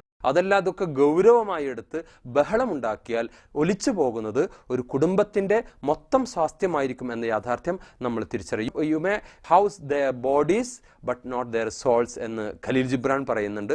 നിങ്ങൾ കുട്ടിക്ക് ശരീരത്തിന് വീടൊരുക്കുക, അവരുടെ ആത്മാവിനെ കൂടൊരുക്കാതിരിക്കുക. നിങ്ങൾ അവരാവാൻ ശ്രമിക്കുക, അവരെ നിങ്ങളാക്കാൻ ശ്രമിക്കാതിരിക്കുക എന്നും അദ്ദേഹം പറയുന്നുണ്ട്. അവരെ ആയി മനസ്സിലാക്കാൻ സേ ഐ ലവ് യു, ഇത് കുട്ടിയോട് പറയുക. എനിക്ക് നിന്നെ ഇഷ്ടമാണ് എന്ന് മോളോട് പറയുക, എനിക്ക് നിന്നെ ഇഷ്ടമാണെന്ന് മോനോട് പറയുക. ചേർത്ത് നിർത്താൻ ശ്രമിക്കുക. റസൂലുള്ളാഹി സ്വല്ലല്ലാഹു അലൈഹി വസല്ലം പറഞ്ഞ വളരെ പ്രധാനപ്പെട്ട ഒരു കാര്യമുണ്ട്, കുലു ജമിയ, നിങ്ങൾ ഭക്ഷണം കഴിക്കുമ്പോൾ ഒരുമിച്ചിരുന്ന് ഭക്ഷണം കഴിക്കുക എന്ന് റസൂലുള്ളാഹി സ്വല്ലല്ലാഹു അലൈഹി വസല്ലം പറയുന്നുണ്ട്. വളരെ ഗൗരവത്തിൽ വേണം ആ കാര്യം ചെയ്യാൻ. റസൂലുള്ളാഹി സ്വല്ലല്ലാഹു അലൈഹി വസല്ലം മക്കളോടുള്ള പ്രവാചകന്റെ പെരുമാറ്റം, ഒന്ന് രണ്ട് ഹദീസുകൾ ഞാൻ വായിക്കാം.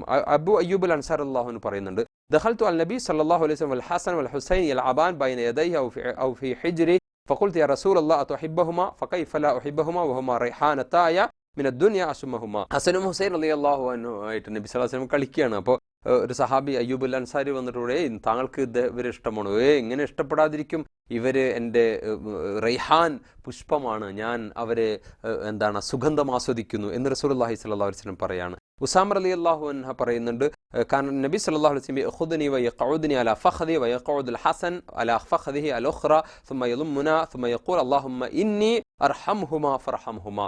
ഉസാമ റളിയല്ലാഹു അൻഹു പറയുന്ന, എന്നെ ഒരു മടിയിലിരുത്തി, ഹസനെ മറ്റൊരു മടിയിലിരുത്തി, എന്നിട്ട് ഞങ്ങൾ രണ്ടുപേരെയും ചേർത്ത് പിടിച്ചു, എന്നിട്ട് ഞങ്ങൾക്ക് ഉമ്മ തന്നു. എന്നിട്ട് അള്ളാഹുവിനെ പറഞ്ഞു, അള്ളാഹുവേ എനിക്ക് ഇവർ രണ്ടുപേരെയും സ്നേഹമാണ്, നീയും ഇവരോട് കരുണ കാണിക്കണം. സുബ്ഹാനല്ലാഹ്, നമ്മൾ അങ്ങനെ നമ്മുടെ മക്കളെ ചേർത്ത് പിടിക്കാൻ ശ്രമിക്കുക. മൻ സബഖ ഇലയ്യ ഫലഹു കദ വകദ, ആരാണ് എൻ്റെ അടുത്തേക്ക് ഫസ്റ്റ് എത്തുന്നത്, നബി കുട്ടികൾ ലൈൻ നിർത്തിയിട്ട് പറയും, ആരാണ് ഫസ്റ്റ് എത്തുന്നത് അവർക്ക് ഫലഹു കദ വകദ, ഫസ്റ്റ് ഇന്ന ട്രോഫി ലഭിക്കും, സമ്മാനം ലഭിക്കും. അങ്ങനെ ഫയഖഊന അലാ ലഹ്രിഹി വസദ്രിഹി വയുഖബ്ബിലൂന വയൽസുമുഹും, അങ്ങനെ പ്രവാചകന്റെ അടുത്തേക്ക് ഓടിയിട്ട് നബിയുടെ മേല് കയറി നബി എല്ലാവരെയും അണച്ചു പിടിക്കുമായിരുന്നു എന്ന് ഹദീസിൽ കാണാൻ സാധിക്കും. കാരണം നബി സല്ലല്ലാഹു അലൈഹി വസല്ലം പ്രവാചകൻ സൈനബുമായിട്ടുള്ള കളി, നബിയുടെ മോള് സൈനബുമായിട്ടുള്ള കളി തമാശകൾ, ഇങ്ങനെ യാ സുവൈനബ് എന്ന് നബി വിളിക്കുക. അപ്പൊ മോള് എന്തേ വാപ്പിച്ച് യാ സുവൈനബ്, വീണ്ടും കുട്ടി, ഇങ്ങനെ മിറാറൻ പലവരും നബി സൈനബിനെ സുവൈനബ് എന്ന് വിളിക്കും. ഉമർ റളിയല്ലാഹു അൻഹു പറയുന്നുണ്ട്, നബി ഉമർ കടന്നു വരുമ്പോൾ നബിയുടെ പുറത്താണ് കുട്ടികൾ ഉള്ളത്, നബി കുതിരയായിട്ട് നിൽക്കുന്നു. അപ്പൊ നിഅമൽ ഫറസ് തഹ്തകുമാ, നല്ല കുതിരയാണല്ലോ നിങ്ങളുടെ താഴെ എന്ന് പറഞ്ഞപ്പോൾ നിഅമൽ ഫാരിസാനി ഹുമാ, അവരുടെ അശ്വാരൂഢന്മാർ എന്താണ് കുതിരയെക്കാളും സ്ട്രോങ് ആണെന്ന് റസൂലുള്ളാഹി സ്വല്ലല്ലാഹു അലൈഹി വസല്ലം പറഞ്ഞത്. പ്രവാചകൻ ഫയുസല്ലിമു അലാ സുബിയാനിഹിം, കുട്ടികളോട് സലാം പറയുമായിരുന്നു. വയംസഹു അലാ റൂസിഹിം, അവരുടെ തലയിൽ തടവുമായിരുന്നു. വയദ്ഊലഹും, മക്കൾക്ക് വേണ്ടി പ്രാർത്ഥിക്കുമായിരുന്നു എന്നൊക്കെ ഹദീസിൽ കാണാൻ സാധിക്കും. നമ്മൾ ഇനി ഇത് കൺക്ലൂഡ് ചെയ്യുകയാണ്. വളരെ ഗൗരവമുള്ള ഒരു വിഷയം. ഒരു തുള്ളി കടലിൽ ചേരുന്നു എന്ന്, സാഗരത്തിൽ ഒരു തുള്ളി ചേരുന്നു എന്ന് എല്ലാവർക്കും അറിയാം. പക്ഷേ സാഗരം ഒരു തുള്ളിയിൽ ലയിക്കുന്നു എന്ന് പലർക്കും അറിയില്ല എന്ന് ഒരു ഫിലോസഫറുടെ ഒരു വർത്തമാനമാണ്. അഥവാ ഒരു തുള്ളി കടലിൽ ലയിക്കുന്നു എന്ന് എല്ലാവർക്കും അറിയാവുന്ന ഒരു സത്യമാണ്. പല തുള്ളികളും ലയിച്ചാണല്ലോ കടൽ ഉണ്ടാകുന്നത്. എന്നാൽ പല തുള്ളികളും തിരിച്ച് കടലിൽ ലയിക്കുന്നു എന്ന്, അല്ലെങ്കിൽ കടലെ ആ തുള്ളിയിലേക്ക് ലയിക്കുന്നു എന്ന് പലരും അറിയുന്നില്ല. അഥവാ മക്കള് മാതാപിതാക്കളിലേക്ക് ലയിക്കണം എന്ന് നമ്മളൊക്കെ വാശി പിടിക്കരുത്. ചിലപ്പോഴൊക്കെ മാതാപിതാക്കൾ മക്കളിലേക്ക് ലയിക്കാൻ വേണ്ടി ശ്രമിക്കേണ്ടതുണ്ട്, മക്കളെ സ്നേഹിക്കാൻ വേണ്ടി ശ്രമിക്കേണ്ടതുണ്ട്. നിങ്ങൾ സൂറ ലുക്മാൻ പരിശോധിക്കുക, അതിലെ പ്രാർത്ഥനകൾ പരിശോധിക്കുക, അതിലെ വിളികൾ പരിശോധിക്കുക. യാ ബുനയ്യ, പൊന്നുമോനെ എന്നാണ് ലുക്മാൻ. ഇത് ഖാൽ ലുക്മാൻ ലിബ്നിഹി വഹുവ യഅ്ലു, യാ ബുനയ്യ, എൻ്റെ മോനെ, എൻ്റെ പൊന്നുമോനെ, ഇങ്ങനെ എൻ്റെ പൊന്നുമോനെ, എൻ്റെ പൊന്നുമോളെ എന്ന് നമുക്ക് വിളിക്കാൻ ശ്രദ്ധിക്കുക. ഒരു നേരമെങ്കിലും ഒരുമിച്ചിരിക്കാൻ ശ്രമിക്കുക. എന്നിട്ട് പരസ്പരം പുഞ്ചിരിക്കുക. അസ്സലാമു അലൈക്കും, ഇത് വളരെ അലാ ഉനബ്ബിഉക്കും ബിശൈ, ഒരു കാര്യം ഞാൻ നിങ്ങൾക്ക് പറഞ്ഞു തരട്ടെയോ, ഇദാ ഫഅൽതുമൂഹു തഹാബബ്തും, ഇത് നിങ്ങൾ പ്രാക്ടീസ് ചെയ്താൽ നിങ്ങൾക്ക് വളരെ ഇഷ്ടമുണ്ടാകും. അഫ്ശുസ്സലാമു ബൈനക്കും, നിങ്ങൾ എപ്പോഴും അഫ്ശുസ്സലാം, നിങ്ങൾ പരസ്പരം ഈ സലാം പറഞ്ഞുകൊണ്ടിരിക്കുക. ഉപ്പ ഉമ്മയെ കാണുമ്പോൾ, ഉമ്മ ഉപ്പയെ കാണുമ്പോൾ, എന്നിട്ട് ഷെയ്ക്ക് ഹാൻഡ് കൊടുക്കുക. ഭാര്യയും ഭർത്താവും ഉപ്പയും ഉമ്മയും ഷെയ്ക്ക് ഹാൻഡ് കൊടുക്കുക. മോന് ഉമ്മ ഷെയ്ക്ക് ഹാൻഡ് കൊടുക്കുക. അതുപോലെ തന്നെ മോൾക്ക് ഉമ്മ ഷെയ്ക്ക് ഹാൻഡ് കൊടുക്കുക. ലാഇബ് വലദക സബഅൻ, 7 വയസ്സ് വരെ കുട്ടികളുമായി കളിയും ചിരിയും തമാശക്കാവ. അദ്ദിബ്ഹു സബൻ, ഇബ്നു ഉമർ റളിയല്ലാഹു അൻഹു പറഞ്ഞതാണ്. സെക്കൻഡ് സ്റ്റേജ്, രണ്ടാമത്തെ 7-ൽ നിങ്ങൾ അവർക്ക് അദബ് പഠിപ്പിക്കുക. ഒരു കുട്ടിക്ക് ലോകത്ത് മനഹല വാലിദുൻ മിൻ വലദിൻ അഹ്സന മിൻ അദബിൻ ഹസൻ, ലോകത്ത് ഒരു ഉപ്പയും ഇതുപോലൊരു ടോയ് കുട്ടിക്ക് വാങ്ങിച്ചു കൊടുത്തിട്ടില്ല എന്ന് റസൂലുള്ളാഹി സ്വല്ലല്ലാഹു അലൈഹി വസല്ലം പറഞ്ഞു. നിങ്ങൾ വാങ്ങിച്ചു കൊടുക്കുന്ന ടോയ്സിൽ ഏറ്റവും ഉന്നതമായ ഒരു കളിപ്പാട്ടം, ഒരു ഗിഫ്റ്റ് ഇതാണെന്ന് റസൂല് പറഞ്ഞിട്ട് പറഞ്ഞു, അദബുൻ ഹസൻ, നല്ല അദബ് പഠിപ്പിക്കുക, നല്ല അദബ് പഠിപ്പിക്കുക. നല്ല നിസ്കാരം പഠിപ്പിക്കാനല്ല റസൂല് പറഞ്ഞത്, നല്ല നോമ്പ് പഠിപ്പിക്കാനല്ല റസൂല് പറഞ്ഞത്, നല്ല ഖുർആൻ പാരായണം പഠിപ്പിക്കാനല്ല, നല്ല അദബ്, ക്യാരക്ടർ വളരെ പ്രധാനമാണ്. എന്തിനാണ് നമസ്കരിക്കുന്നത്? നമ്മുടെ സ്വഭാവം. ഇന്ന സ്വലാത്ത തൻഹ അനിൽ ഫഹ്ശാഇ വൽ മുൻകർ, വൃത്തികേടുകളിൽ നിന്നൊക്കെ സ്ഫുടം ചെയ്ത് നല്ല ഒരു കുട്ടിയാക്കി മാറ്റാണ് നിസ്കരിക്കുന്നത്. നമസ്കാരമുണ്ട്, ക്യാരക്ടറിൽ ഒരു മാറ്റമില്ലെങ്കിൽ എന്തു കാര്യമാണ് സഹോദരങ്ങളെ? അതുകൊണ്ട് നമസ്കാരം ശരിയാകുമെന്ന പ്രതീക്ഷയോടുകൂടി 5 വക്ത് അവൻ നിസ്കരിക്കണില്ല, അതിൻ്റെ പേരിൽ അവനോട് മിണ്ടാതിരിക്കരുത്. തീർച്ചയായും ഇൻഷാ അല്ലാഹ് ഇന്നല്ലെങ്കിൽ നാളെ അവൻ നന്നാകും. അവൻ ഖുർആൻ പാരായണം ചെയ്യുന്ന, അവൻ അള്ളാഹുവിനെ ഓർക്കുന്ന കുട്ടിയാകും. ഇപ്പോൾ ഈ 20 വയസ്സുവരെ നിങ്ങൾ അവരോട് ക്ഷമിക്കുക. ഒരു 13 മുതൽ 19 വയസ്സുവരെയുള്ള ഘട്ടത്തിൽ റോഡിൽ വെച്ച് ഒരാൾ ഒരു പെൺകുട്ടിയോട് ഐ ലവ് യു എന്ന് പറഞ്ഞാൽ ആ കുട്ടിക്ക് പിന്നെ മുന്നോട്ട് പോകാൻ പറ്റില്ല. ഒരു വൈബ്രേഷൻ ശരീരത്തിൽ വരും. അത് ആ ഘട്ടത്തിലുണ്ടാകുന്നൊരു പ്രശ്നം. അവരാകെ തളർന്നു പോകും. അവർ തൊണ്ട വരളുന്നത് പോലെ അവർക്ക് തോന്നും. വീട്ടിലേക്ക് ചെന്നാൽ പിന്നെ മയ്യത്ത് നടന്നു പോണ പോലെ പിന്നെ അവർ നടക്കുക. അവർ ഈ സമയത്ത് വല്ലാത്തൊരു പ്രശ്നം അനുഭവിക്കുന്നത്. നേരെ മറിച്ച് 20കാരനോട് ഐ ലവ് യു എന്ന് പറഞ്ഞാൽ വാലൈക്കും ഐ ലവ് യു എന്ന് പറയും. അവനൊന്നും ഫീൽ ചെയ്യില്ല. അത് ഈ ഘട്ടത്തിൽ മാത്രം ഉണ്ടാകുന്ന ഒരു പ്രശ്നമാണ്. അതുകൊണ്ട് കുട്ടിക്ക് ഒരാൾ സ്നേഹം കൊടുക്കുന്നു, അല്ലെങ്കിൽ ഒരു ഐ ലവ് യു എന്ന് പറയുന്നു. അപ്പൊ ഈ ഐ ലവ് യു എന്ന് നാട്ടുകാർ പറയുന്നതിന് മുമ്പ് വാപ്പയും ഉമ്മയും കുട്ടിയോട് പറയാം. അപ്പൊ പിന്നെ കുട്ടിക്ക് അത് പുതിയതായി തോന്നുന്നില്ല. ഇതുവരെ ഉമ്മ എന്നോട് ഐ ലവ് യു എന്ന് പറഞ്ഞിട്ടില്ല, ഇതുവരെ ഉപ്പ എന്നോട് ഐ ലവ് യു എന്ന് പറഞ്ഞിട്ടില്ല. വെറുപ്പിന്റെ വിദ്വേഷത്തിന്റെ വർത്തമാനങ്ങൾ മാത്രം കേട്ടൊരു കുട്ടിയോട് അപ്പുറത്തെ വീട്ടിലെയോ റോഡിലൂടെ നടന്നു പോകുമ്പോഴോ ഒരു പയ്യൻ ഐ ലവ് യു എന്ന് പറഞ്ഞാൽ ആ കുട്ടിക്കുണ്ടാകുന്ന സുഖം അത് വല്ലാത്തതായിരിക്കും. ആ കുട്ടിയെ അടിച്ചിട്ട് കാര്യമില്ല, ആ കുട്ടിയെ മർദ്ദിച്ചിട്ട് കാര്യമില്ല, ഭീഷണിപ്പെടുത്തിയിട്ട് കാര്യമില്ല. അവൾക്ക് വലുത് ആ സ്നേഹമാണ്. ഖുർആൻ അങ്ങനെയല്ലേ പറഞ്ഞത്? ഏറ്റവും കൂടുതൽ അള്ളാഹുവിൻ്റെ 99 ഇസ്മുകളിൽ ഏറ്റവും കൂടുതൽ ആവർത്തിച്ചത് റഹ്മാനും റഹീമും അല്ലേ? അതുകൊണ്ട് നമ്മൾ കാരുണ്യമുള്ളവരാകുക. മക്കളോടും ചുറ്റുവട്ടത്തോടും. ഡൊമസ്റ്റിക് എൻവിയോൺമെൻറ്റ് വളരെ പ്രധാനമാണ്. വീട്ടിലെ സാഹചര്യം കാരുണ്യത്തിൻ്റെതായി മാറ്റുക. വീടിന് നിങ്ങൾ സ്നേഹാലയം എന്ന് പേര് വയ്ക്കുക. അവിടെ സ്നേഹം തുളുമ്പുന്ന ഒരു ഇടമാകട്ടെ, സ്നേഹം നൽകുന്ന മാതാവുണ്ടാകട്ടെ, സ്നേഹം പകരുന്ന പിതാവുണ്ടാകട്ടെ. അങ്ങനെ വീടൊരു സ്നേഹാലയമായി മാറിയാൽ ആ വീട്ടിലെ സ്നേഹം അവിടെ തന്നെ തത്തിക്കളിക്കില്ല, അത് സമീപ വീടുകളിലേക്ക് ഒഴുകും. അങ്ങനെ അത് സ്നേഹത്തിൻ്റെ ഗ്രാമവും സ്നേഹത്തിൻ്റെ ലോകവും ഒക്കെ നമുക്ക് ഈ മക്കളിലൂടെ സൃഷ്ടിക്കാം. പടച്ചവൻ അനുഗ്രഹിക്കുമാറാകട്ടെ. വാഹ് അൽഹംദുലില്ലാഹി റബ്ബിൽ ആലമീൻ. അസ്സലാമു അലൈക്കും വറഹ്മത്തുള്ളാഹി വബറകാതുഹു.